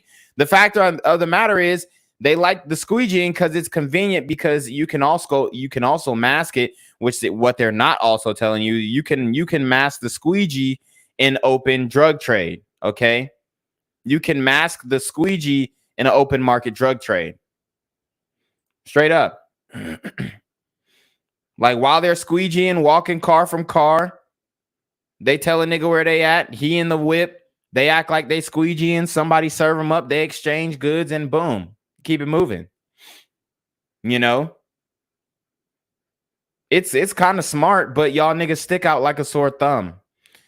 So they're trapping while squeegeeing. That's why they keep squeegeeing, because you ain't making no fucking money squeegeeing. Get the fuck out of here. They're not making any money squeegeeing. Not like that. Maybe $10, $15 here and there. They might even make 40 on a good day. But I'm telling you right now, they got something else in their pockets. Like it's they're putting water on people's windows and wiping it off. Like I'm not understanding how that's worse than this man selling pills to your grandmother. What the fuck is she talking about? How this is worse than that man said? Ma'am, that man was not selling any pills to nobody's grandma. What the fuck is she talking about? If the squeegee boys were actually wholesome, and for one, they dressed appropriately, don't nobody want no nigga with no fucking wife beater sagging his pants coming up to their car and squeegeeing. I can tell you that much. So for one, you have to change your appearance. And if you are going to squeegee, you need to be dressed in some type of formal uniform or something that makes it seem like you give a damn about your professionalism. Okay. You know, that's the first thing y'all need to do. Second, if people don't want their damn car squeegeed, don't squeegee their fucking car. I don't know what his mama is talking about, but obviously she raised a thug. Like it's they're putting water on people's windows and wiping it off. Like I'm not understanding how that's worse than this man selling pills to your grandmother. Well, the teen fuck is being did that charged even as an mean? adult and is expected in court next week for a preliminary hearing. We're live. Jeff Abel, Fox 45 News. Yeah, throw the key away for that nigga. Throw the key away. Savrix with the 499 Super Trap. He says to focus on skin color at every decision they make is not a mentality that is born of the spirit. It's of the fifth sense, physical realm of matter. Oh, say less. Okay, Savrix always coming with some philosophical shit up in here. Let's get back to the crime bill. Now we're going to talk about Title II, which are prisons. Subtitle A, Violent Offender Incarceration and Truth in Sentencing Incentive Grants. Okay. Section 20101, Grants for Correctional Facilities. Grant authorization. The Attorney General may make grants to individual states and state organizations as multi-state compacts to construct, develop, expand, modify, operate, or improve correctional facilities, including boot camp facilities and other alternative correctional facilities that can free conventional prison space for the confinement of violent offenders, to ensure that prison cell space is available for the confinement of violent offenders, and to implement truth in sentencing laws for sentencing violent offenders. Eligibility: to be eligible to receive a grant under this subtitle, a state or states organized as multi-state compacts shall submit an application to the Attorney General, which includes 1, assurances that the state or states have implemented or will implement correctional policies and programs, including truth in sentencing laws that ensure that violent offenders serve a substantial portion of the sentences imposed that are designed to provide sufficiently severe punishments for violent offenders, including violent juvenile offenders, and that the prison time served is appropriately related to the determination that the inmate is a violent offender and for a period of time deemed necessary to protect the public. 2, assurance that the state or states have implemented policies that provide for the recognition of the rights and needs of crime victims. 3, assurances that funds received under this section will be used to construct, develop, expand, modify, operate, or improve correctional facilities to facilitate the prison cell space. Excuse me.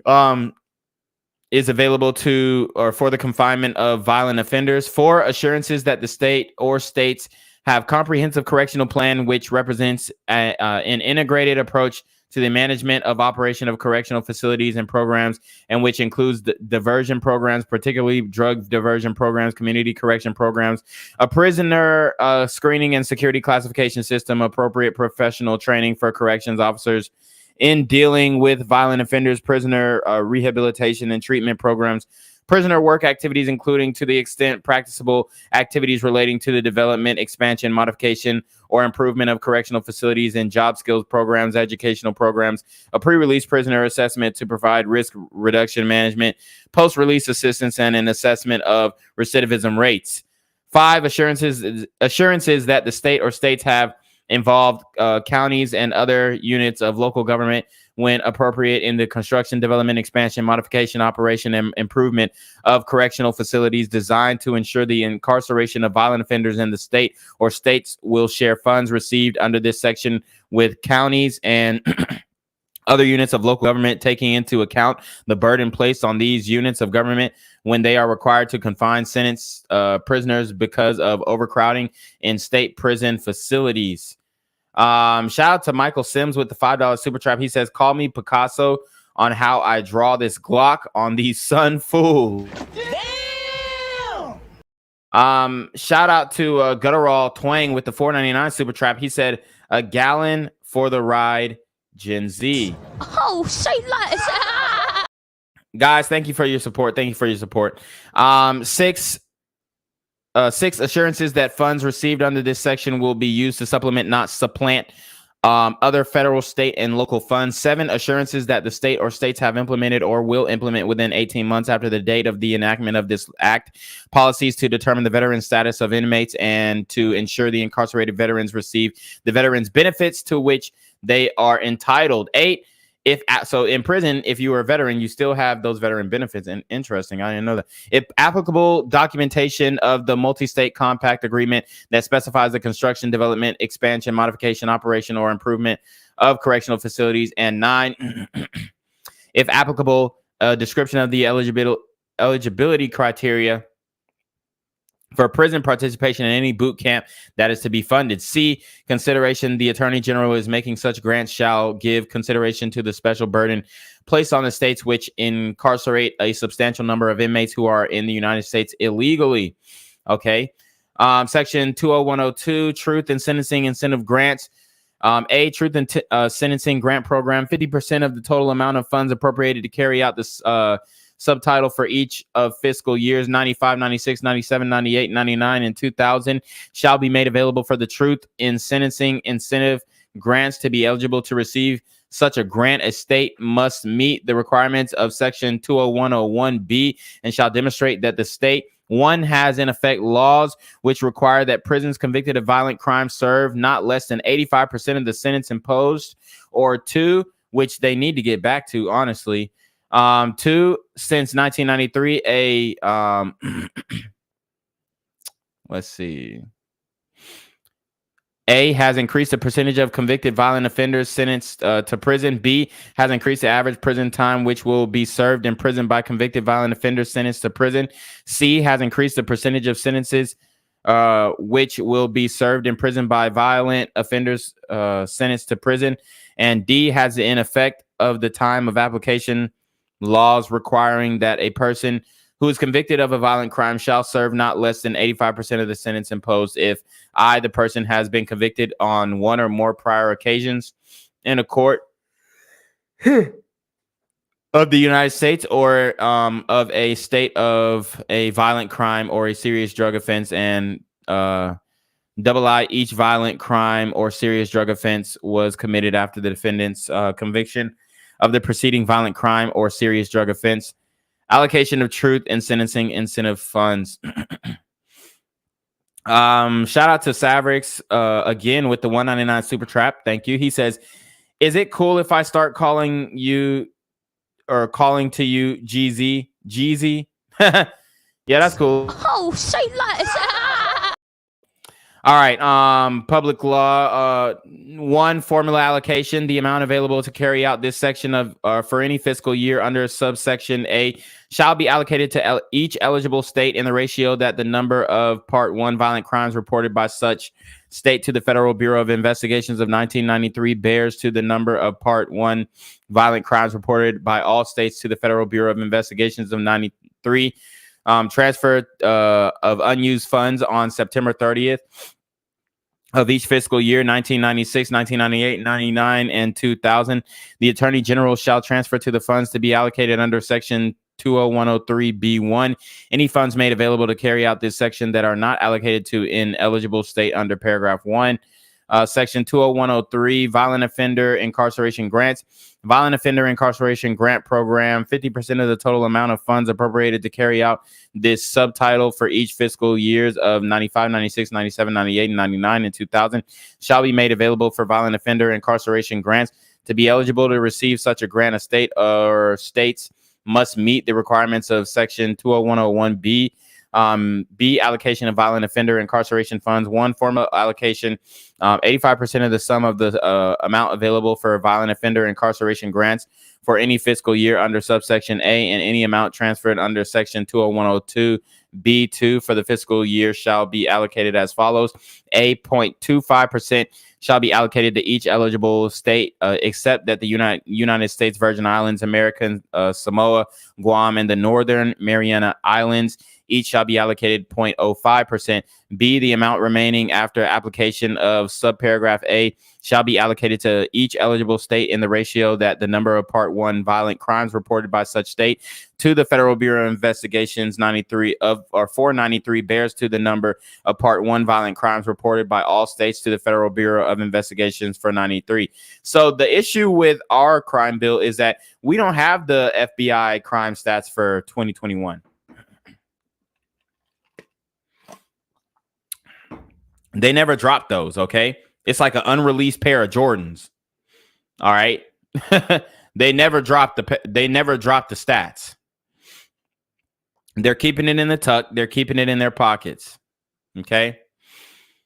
2, discretionary allocation.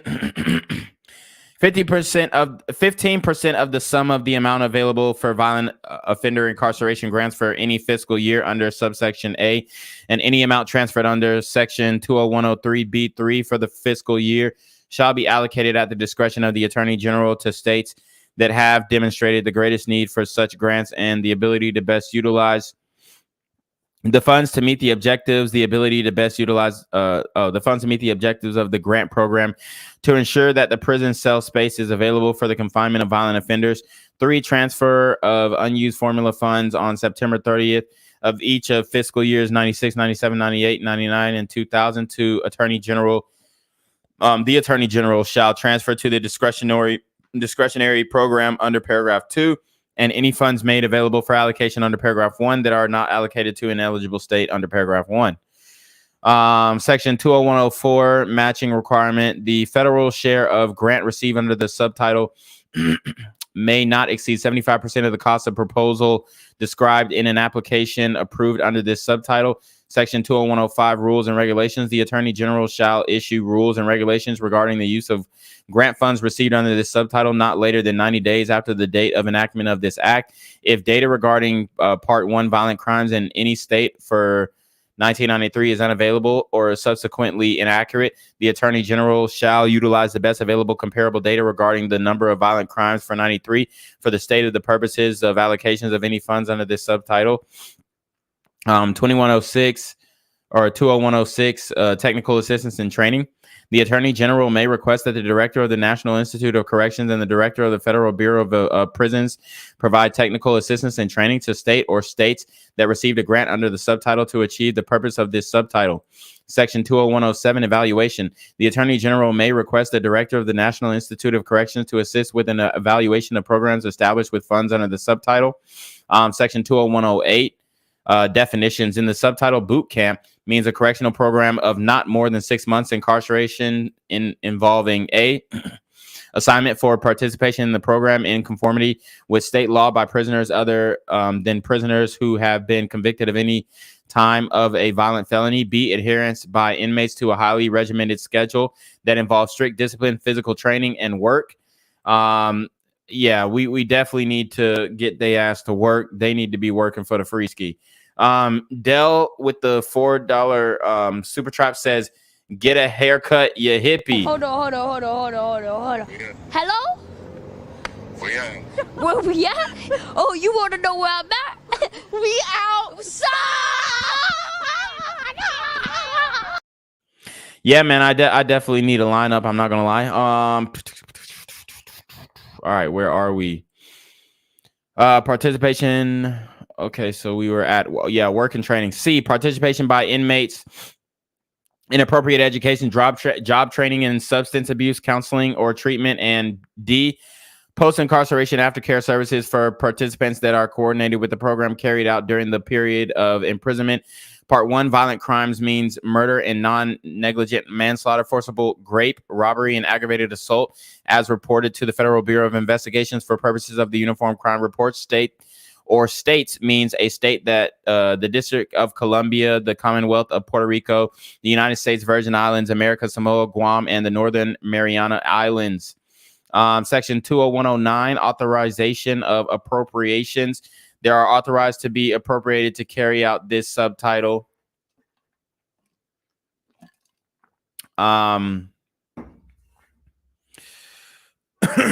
Excuse me. All right, so we got the money there. Subtitle B, punishment for young offenders. Okay, this one should be interesting. 20201, certain punishment for young offenders in general. Title 1 of the Omnibus Crime Control and Safe Streets Act of 1968, as amended by Section 10003, is amended 1 by redesignating Part R as Part S, 2 by redesignating Section 1801 as Section 1901, and B by inserting after Part Q the following new part. All right, so Part R, certain punishments or young offenders. So guys, this is going to be very important because this pretty much is going to sum up a good majority of the crime that's going on. As you guys know, the number one cause of death for Black men between 18 and 24 or 16 and 24 is super gremlins, other super gremlins taking their lives. And the number one cause of death for kids, I believe, in 2021 was gun violence in general. So we want to see what they had in mind back in the day for how to punish youth offenders, which, you know, we're having a issue doing that right now. Okay. SEC 1801, grant authorization. A, in general, the Attorney General may make grants under this part of states for the use by states and units of local government for the purpose of developing alternative methods of punishment for young offenders to traditional forms of incarceration and probation. B, alternative methods. The alternative methods of punishment referred to in subsection A should ensure certain punishment for young offenders and promote reduce recidivism, crime prevention, and assistance to victims, particularly for young offenders who can be punished more effectively in an environment other than a traditional correctional facility, including 1, alternative sanctions that create accountability and certain punishment for young offenders. 2, restitution programs for young offenders. 3, innovative projects such as projects consisting of education and job training activities for incarcerated young offenders, modeled to the extent practicable after activities carried out under Part B of Title 5 of the Job Training Partnership Act related to the Job Corps, and projects that provide family counseling. Correctional options such as community-based incarceration, weekend incarceration, and electronic monitoring of offenders. 5, community service programs that provide work service placement for young offenders at nonprofit, private organizations, and community organizations. 6, innovative methods that address the problems of young offenders convicted of serious substance abuse, including alcohol abuse and gang-related offenses. And 7, adequate and appropriate aftercare programs for young offenders, such as substance abuse treatment, education programs, vocational training, job placement counseling, family counseling, and other supportive or support programs upon a release. Section 1802, state applicants in general, submission of application to request a grant under this part. The chief executive of state shall submit an application to the attorney general in such form and containing such information as the attorney general may reasonably require. 2, assurances. An application under paragraph 1 shall include assurances that federal funds received under this part shall be used to supplement, not supplant, non-federal funds that would otherwise be available for activities funded under this part. State office, the office designated under section 501, 1 shall prepare the application and require under subsection A, and 2 shall administer grant funds received under this part, including review of spending, processing, progress, financial report, technical assistance, grant adjustments, accounting, auditing, and fund disbursement. Section 1803, review of state applications. A, in general, the attorney general shall make a grant under section 1801 to carry out the projects described in the application submitted by such applicant under section 1802 upon determining that 1, the application is consistent with the requirements of this part, and 2, before the approval of the application, the attorney general has made an affirmative finding in writing that the proposed project has been reviewed in accordance with this part. B, approval. Each application submitted under section 1802 shall be considered approved in whole or in part by the attorney general not later than 45 days after first received, unless the attorney general informs the applicant of specific reasons for disapproval. C, restriction. Grant funds received under this part shall not be used for land acquisition or construction projects other than alternative facilities described in section 1801B. Disapproval notice and reconsideration. The attorney general shall not disapprove any application without first affording the applicant reasonable notice and an opportunity for reconsideration. Section 1804, local applications. In general, 1, submission of application to request funds under this part from a state. The chief executive of a unit of a local government shall submit an application to the office designated under section 1802. 2, approval and application under paragraph 1 shall be considered to have been approved in whole or in part by the state not later than 45 days after such application is first received, unless the state informs the applicant in writing of specific reason for disapproval. 3, disapproval. The state shall not disapprove any application submitted to the state without first affording the applicant reasonable notice and an opportunity for reconsideration. 4, effect of approval of if an applicant under subsection A is approved to a unit of local government is eligible to receive funds under this part. Distribution to units of local government. A state that receives funds under section 1801 in a fiscal year shall make such funds available to units of local government with an application that has been submitted and approved by the state within 45 days after the attorney general has approved the application submitted by the state and has made funds available to the state. The attorney general may waive the 45-day requirement in this section upon a finding that the state is unable to satisfy such requirement under state statutes. Okay. Let's see where we have another breaking point. Okay, so we got C, which is subtitle C, which is alien incarceration, which we can definitely get to that at another point. I do want to bring up some more stories. Oh man, because it's getting wicked out here. So let me drop the stream chat or the StreamYard link. See if you guys want to join up and add something. I'm gonna get into some more stories because they definitely been wilding lately. They've been wilding.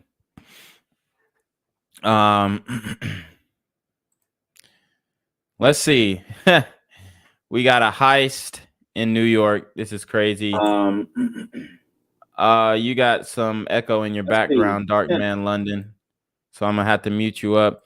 Just make sure you get that. But I do want to show this heist that went down. All right.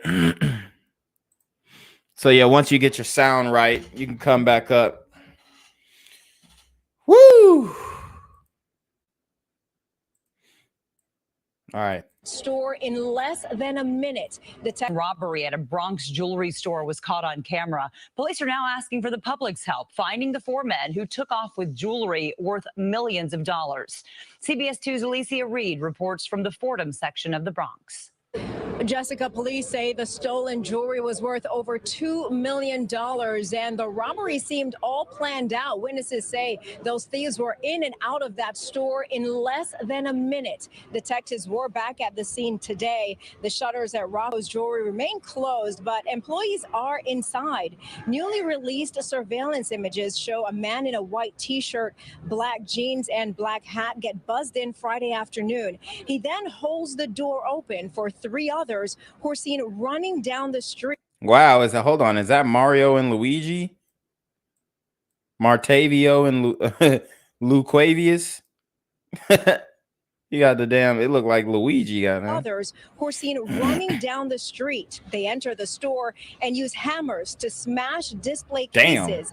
They then load the newly stolen high-end jewels into bags they brought with them before taking off on foot. Witnesses tell us the banging was so loud they thought they were hearing gunshots. They came in, boom, boom, boom, in and out and gone. Unfortunately, I'm sorry this happened to him. You know, unfortunately, it's probably insured, but this type of stuff happens. Luckily. So no outrage from the community. Just I'm sorry this happened to you. No one was hurt. In addition to dark-colored clothing, police say the 3 men who stole the merchandise were all wearing dark face masks and gloves.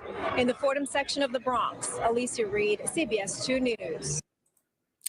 Wow, so they they hit a quick lick. What's good, Dark Man London? What up, what up? Going once, going twice, and he's gone. Guys, y'all got to come up here and have your shit ready to go, okay? Y'all got to come up here and have your shit ready to go. We had a Parks employee who was assaulted with a chair at a Brooklyn pool. I'm trying to get this story. Obviously, it was very ratchet scene. Let's see. Let me pull this shit up real quick. Guys, while we're waiting for this story, make sure you like the video. Make sure you share the video. Damn, I wish they had another story. I mean, a longer story on this. It's only like fucking 23 seconds. It's not worth it. What's good, David Echelon?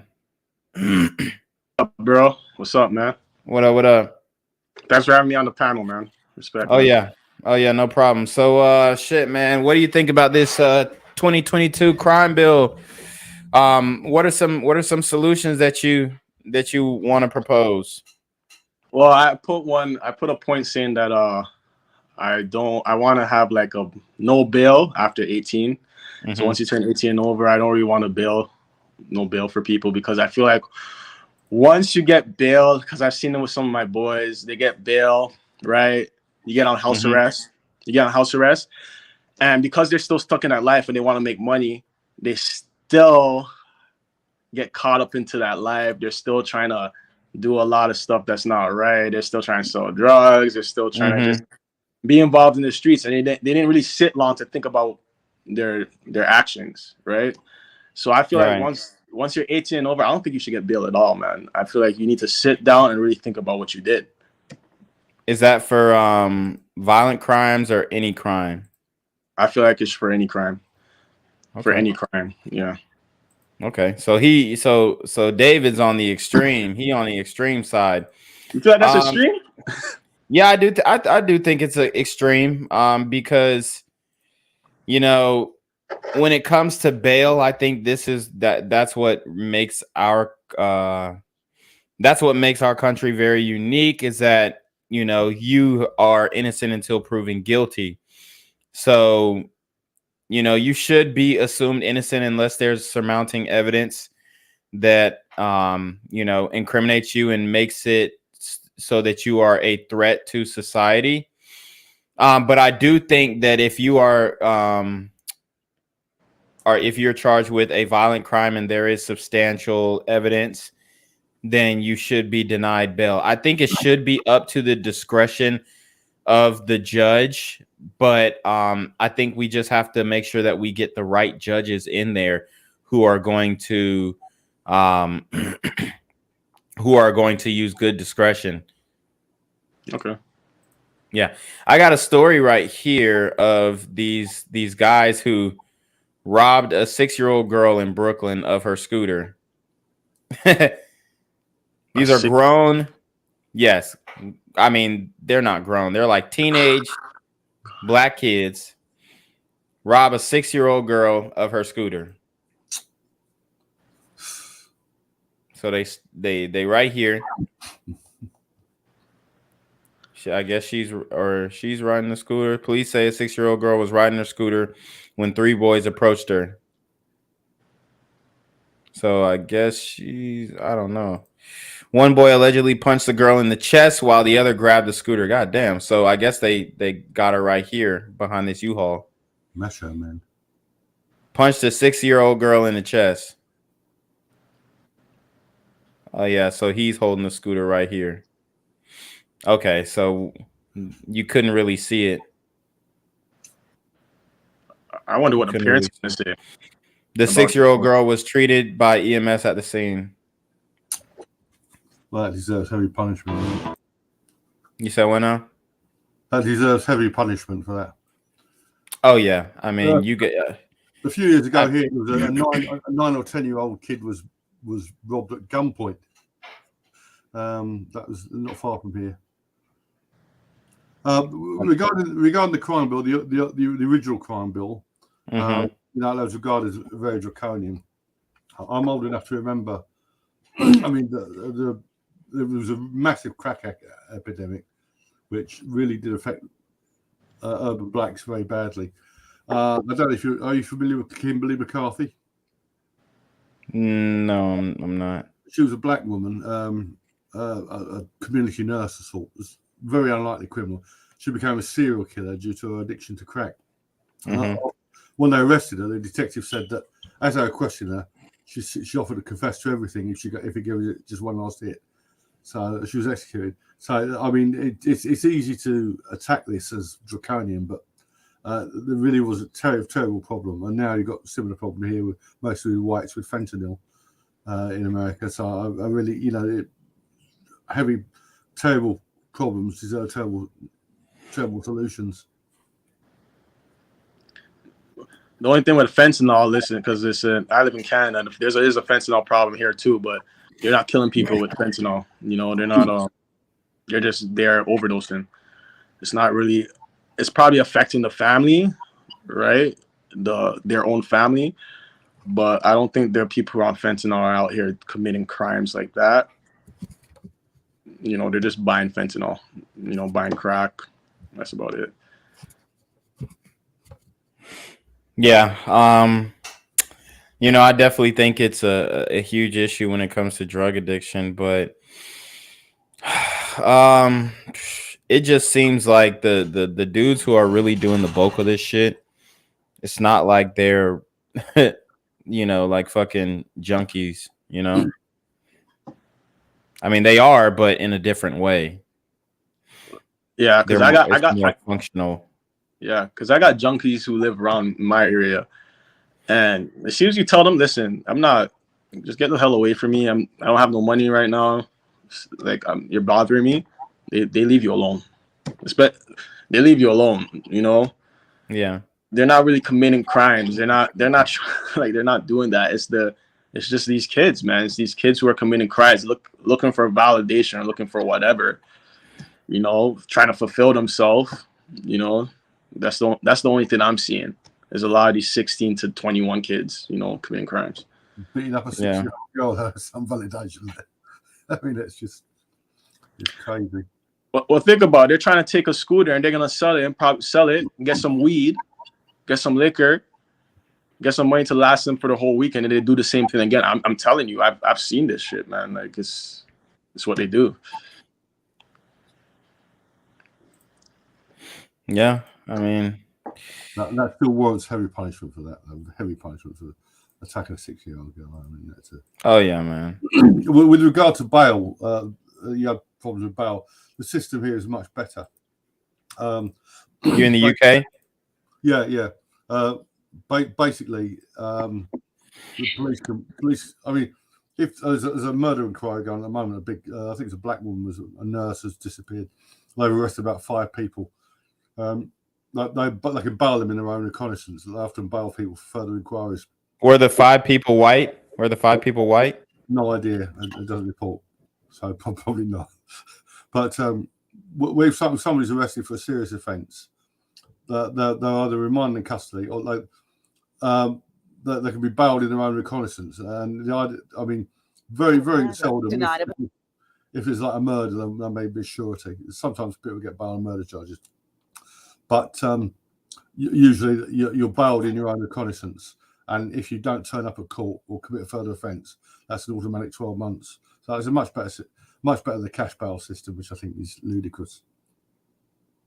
Okay. Well, let us get into this story in Atlanta where these sisters robbed the Kohl's. I want to get you guys' take on this. Bizarre crime wave is hitting Kohl's stores in Metro Atlanta. The latest case in Noonan is where a trio of women walked out of the department store after stuffing merchandise into big bags and not paying for it. And as Fox 5's Doug Evans reports now, you might be surprised by what they are stealing. Kohl's is a big store, a department store. And if you think about all the items that they sell, what one item do you think a theft ring might be interested in? Well, in this case, investigators say it's underwear, men's underwear. What the fuck? So they're going over there stealing men's underwear. Thousands of dollars worth of men's underwear. For the 4th time in Metro Atlanta, police say these 3 women entered a Kohl's store with the intent of stealing a large quantity of men's underwear. This was the Noonan store. Here the women are seen on surveillance cameras crouched over. You know what? And I wouldn't put it past them. They might actually be Transformers. They might actually be men. So you never really know. I mean, they look very masculine and they might need those extra undies because the pantyhose are just, they don't make them in big enough sizes. They look feminine enough to me. Right. A display case in the men's department. Their quarry, according to the company, is Nike men's boxers. According to Kohl's website and the police report, a box of 3 normally sells for about $40. The women are accused of filling their big bags with $1,800 in Nike men's briefs and skipping the cash register on the way out. These girls are walking in the store, filling up reusable shopping bags and walking out. Not a care in the world. These 3 and possibly others are also accused of hitting Kohl's stores in Marietta, Woodstock, and McDonough. Their total take so far is over $6,000 in high-end men's boxers. Damn. Apparently not always Nike.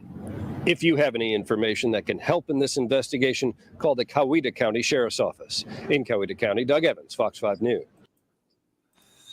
Wow. You know what's crazy about it too? They're not gonna get told on because everybody in the hood are buying boxers off them. Yep, you're right. They still got to argue with the CCTV. Still got to argue with the CCTV, though, haven't they? At least one of them had their real hair. Yeah, I mean, it's tough out here, and they want us to cuff that.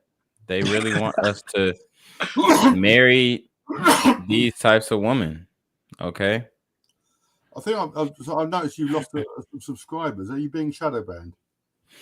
Yeah, I am. I was at 6.2, then they knocked me down to 6.185, and then I don't flatter people, but apart from AK, you are the biggest black thing on the internet. Hey, appreciate it, bro. Yeah, seriously. AK is a different planet, though. It's amazing. Oh yeah. But yeah, they definitely hitting my channel. So guys, make sure you subscribe and make sure you hit that notification bell. Because we have a lot going on here. And let's see. Let's take a trip to Detroit. See what's going on. Are they shooting up dope houses? Oh wow. Let's see. See if we can get. Oh no, we don't got a video on that one. Oh man. Let's see. We hit the 2-hour mark, guys. Let's get them likes up. Let's get them likes up. Let me see. Let me look for. Oh damn. This one is wild. Oh man. All right, let's get into it, y'all.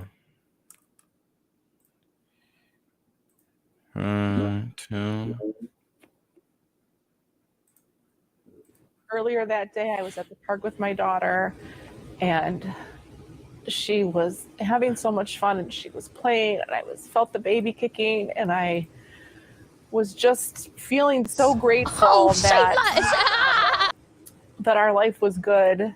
Marissa Monkman had no idea that just hours later, everything would change. It was Wednesday night. The locksmith responded to a call from a woman saying she needed a key made for her car. When he got there, a woman came out of the house and told him that the car was around the back of the house. And as he went to the back of the house, he caught a glimpse of a man wearing a ski mask holding 2 guns. Pooh Shiesty mask, Pooh Shiesty mask, Pooh Shiesty mask. They set the man up. They straight set him up. A locksmith. I mean, who would have ever thought? Like, as a locksmith, do you ever just like show up and think you're gonna get robbed? It makes no sense. It happened in the 14,000 block of Sorrento on Detroit's west side. Eli turned to run, but the suspect shot him. Damn. And demanded he turn over all his valuables, including all of his expensive locksmith equipment. He did what he was told, but in his mind, he was going to do whatever he could to survive. And see, they're doing this so that they can steal other people's cars. I mean, this shit is crazy. Thought that to run, to get away, to stay alive. And then after he was shot both times and he was on the ground, he thought that he was going to finish him off. He thought that he was just going to kill him. And for whatever reason, he didn't. As the young father laid on the ground, cars drove by slowly with their lights off. He feared he would be shot again. But then a miracle. In the midst of something really bad happening, there was someone really good. Out of nowhere, a stranger appeared. Who came out after they heard gunshots and stood over my husband and protected him until the police arrived. Now, do y'all think that was a brother? Just a question. Do y'all think a brother came in after hearing gunshots and protected this glider man, this locksmith, from getting gunned down by the rest of the super gremlins? Let me know in the chat. That person made me feel safe in the worst moment of his life. And I'm so grateful that he did that. I'm so grateful. Eli is expected to make a full recovery, but it will be months before he can work again. The sole provider for his family, his second child due in October.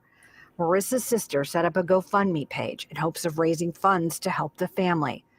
Marissa is worried about finances, but she's also worried about her husband's emotional well-being. How do you move on from someone trying to kill you? Shout out to Danger Scale with the $4.99 super trap. He says Gen Z going hard like Blue Chew. Say less. Oh, say less. You damn right. And not just saying they're going to kill you, but someone shooting you and chasing you with guns. Now, there is some good news to report in this story. Police have arrested 2 people in this case, a man and a woman. They've also confiscated 4 weapons. And get this, they say that these 2 people were also involved in a very similar case against a different locksmith last week. Now, if you would like to help Eli and Marissa, we're putting a link for their GoFundMe page on our website, fox2detroit.com. Camille Wow. Amiri, Fox 2 News. That's wild.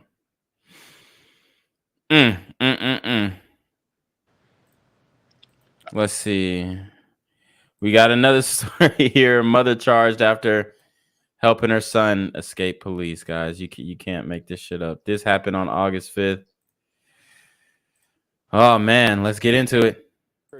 A mother has been charged now with helping her son after he escaped police custody in East Point. Devontae Deshaun Moore and his mother were arraigned today after police arrested them Thursday night in Brighton. Grant Herms is in East Point tonight. Grant, he's now facing a slew of charges. Kimberly, Jason, it is a long list of charges to go along with an already lengthy criminal history. His lawyer saying today that when police picked him up, he was actually on his way to turn himself in. 18-year-old Devontae Deshaun Moore in court after he escaped from. So conveniently, when the police went to go pick him up, his lawyer said that he was going to turn himself in. You can't make this shit up, man. I mean, these niggas will make any excuse, dog. Today that when police picked him up, he was actually on his way to turn himself in. Right. Right. 18-year-old Devontae Deshaun Moore in court after he escaped from police earlier this week after being handcuffed and placed in a transport van on his way to trial. Moore charged with added counts in the 38th District Court in Macomb County Friday afternoon. His mother, Tamika Shepard, and another woman, LaShawn White, alongside him. Shepard is accused of driving the car where Moore was found, in the back seat on the floorboards covered in clothes. White is said to have been a passenger. Moore pleading not guilty. During the hearing, Moore stayed silent, letting his lawyer do the talking. He's 18 years old. He's made some poor decisions in his life that have really led him to potentially losing out on a very, very big opportunity. Judge, he was at one point offered an offer to play football at Central Michigan, Western Michigan, but he sees these opportunities slipping away because of poor decisions he's made. The judge hearing. So he was supposed to be a football player. I don't even know what he's explaining. Like, whose fault is that but his? Right. Exactly. I mean, this nigga squandered his opportunity. Could have played for Central Michigan. But nope. During the plea, but given Moore a successful escape the last time, he set a steep bond. You set dates for him and he doesn't show up. When he finally does show up, he tries to escape. The only way I'm going to ensure that he comes to court is to set a $100,000 cash surety bond. I don't know how else to get him to court. After his bond was set, Moore seen mouthing to someone in the courtroom, "Get me out, please." But tonight, he remains in police custody. Ha! Now he begging to get out. I mean, no this bail. Is wild. No bail. Exactly. Now, if you didn't catch that from the judge, Moore has a $100,000 cash bond. His mother, a $50,000 bond, and Miss White, they're a $10,000 10% bond. They're all due back in court on August 16th. Back to you. So, Grant, do we know anything about how he was allowed to escape in the first place? Kimberly, we really don't right now. We don't have any answers about how a teenager with a history of running from police was able to be in the back of a police van, handcuffed, and still get away. We are hoping to get more details about that for you in the coming days. Right now, that's still up in the air. Yeah, more questions remain. Okay, Grant, thanks. Wow, man. I mean, we got a lot of things going on in the community. But any final words from you guys? The whole Ratchet family was locked up, guys. But any final words, and then we'll go ahead and end the stream. Thanks for having me on the panel. I think I was saying I think you should you see when you did more of those like 1960 videos. Yeah. I feel like you should do more of those. I have some stuff to send you. I've seen like stuff is just popping on my timeline on those old videos. Send it to the Discord. Send it to the Discord. So I'm gonna send you some stuff. I seen some stuff where maybe like the old Philadelphia gangsters back in the day. Some stuff, even the Pride Parade, how it used to be too. And there wasn't no like it wasn't like how it is now. Right. It was actually like a parade. So I feel like I want to send you those stuff so you could, show it to people. Yeah. Yeah, absolutely. Definitely send it to me. All right, no problem. Man. But yeah, appreciate you joining the stream, David. And we will let Darkman London say his last words. Got to unmute. Yeah. Did you get my message about Atlanta? You live in Atlanta, you say? Yes. Did you get my message about Atlanta? Do you know what happened in Atlanta? The infamous crime. Were you the one who sent it was a strip club burned down? No. Oh. Mary Fagan.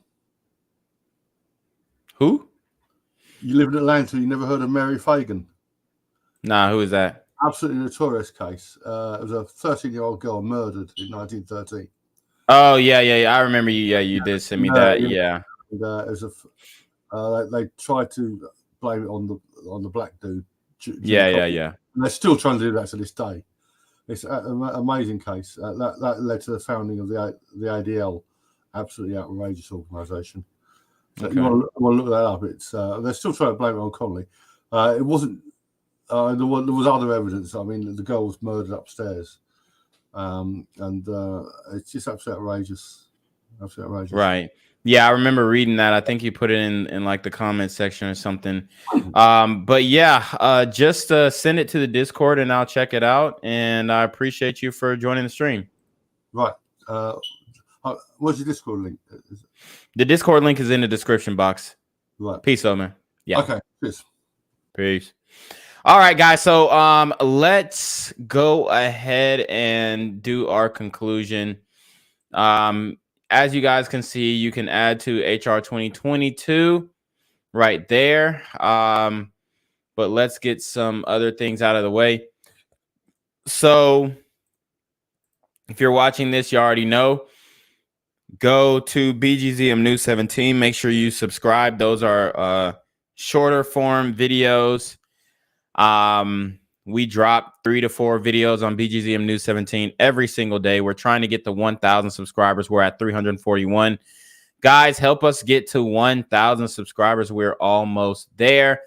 We got, let's see. We have the merch, the Pusheisty mask.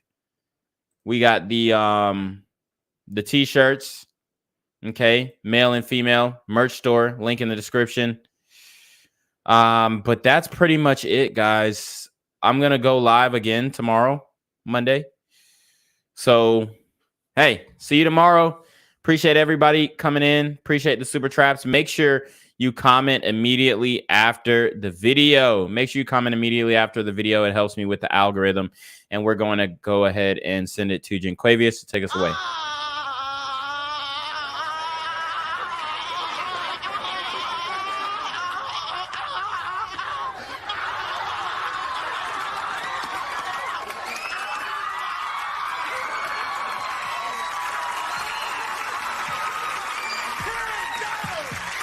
I'm here on the corner of MLK and Medgar Evers, and it's a very tranquil scene compared to just a couple hours ago where a drive-by shooting just took place.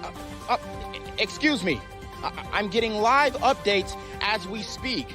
I've just been updated to the amount of casualties from this drive-by shooting, and I'm getting reports that 2 people were actually declared deceased and 27 others were shot and injured but are in stable condition.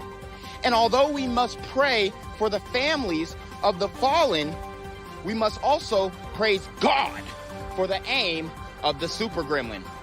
If you want to know more about the victims of this crime, make sure you add BGZM News 17 on Patreon at www.patreon.com/blackgenzmindset.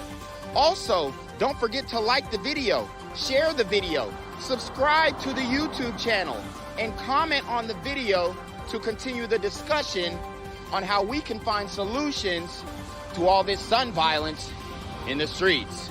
For more hard-hitting news coverage from the community, by the community, I'm Jinquavius Jackson, here live, reporting from Atlanta, Georgia, BGZM News 17. And cut. All right, dog. Let's get the out of here before these niggas come back. Whoa. Yo, Ain't that nigga Jay? Nah, that ain't me. That ain't me. He just went live That with ain't that me. funky ass suit That's on. that nigga. That's not me. Hey, get that nigga. Jaquavius Jackson, here live, reporting from Atlanta, Georgia. Pray for me.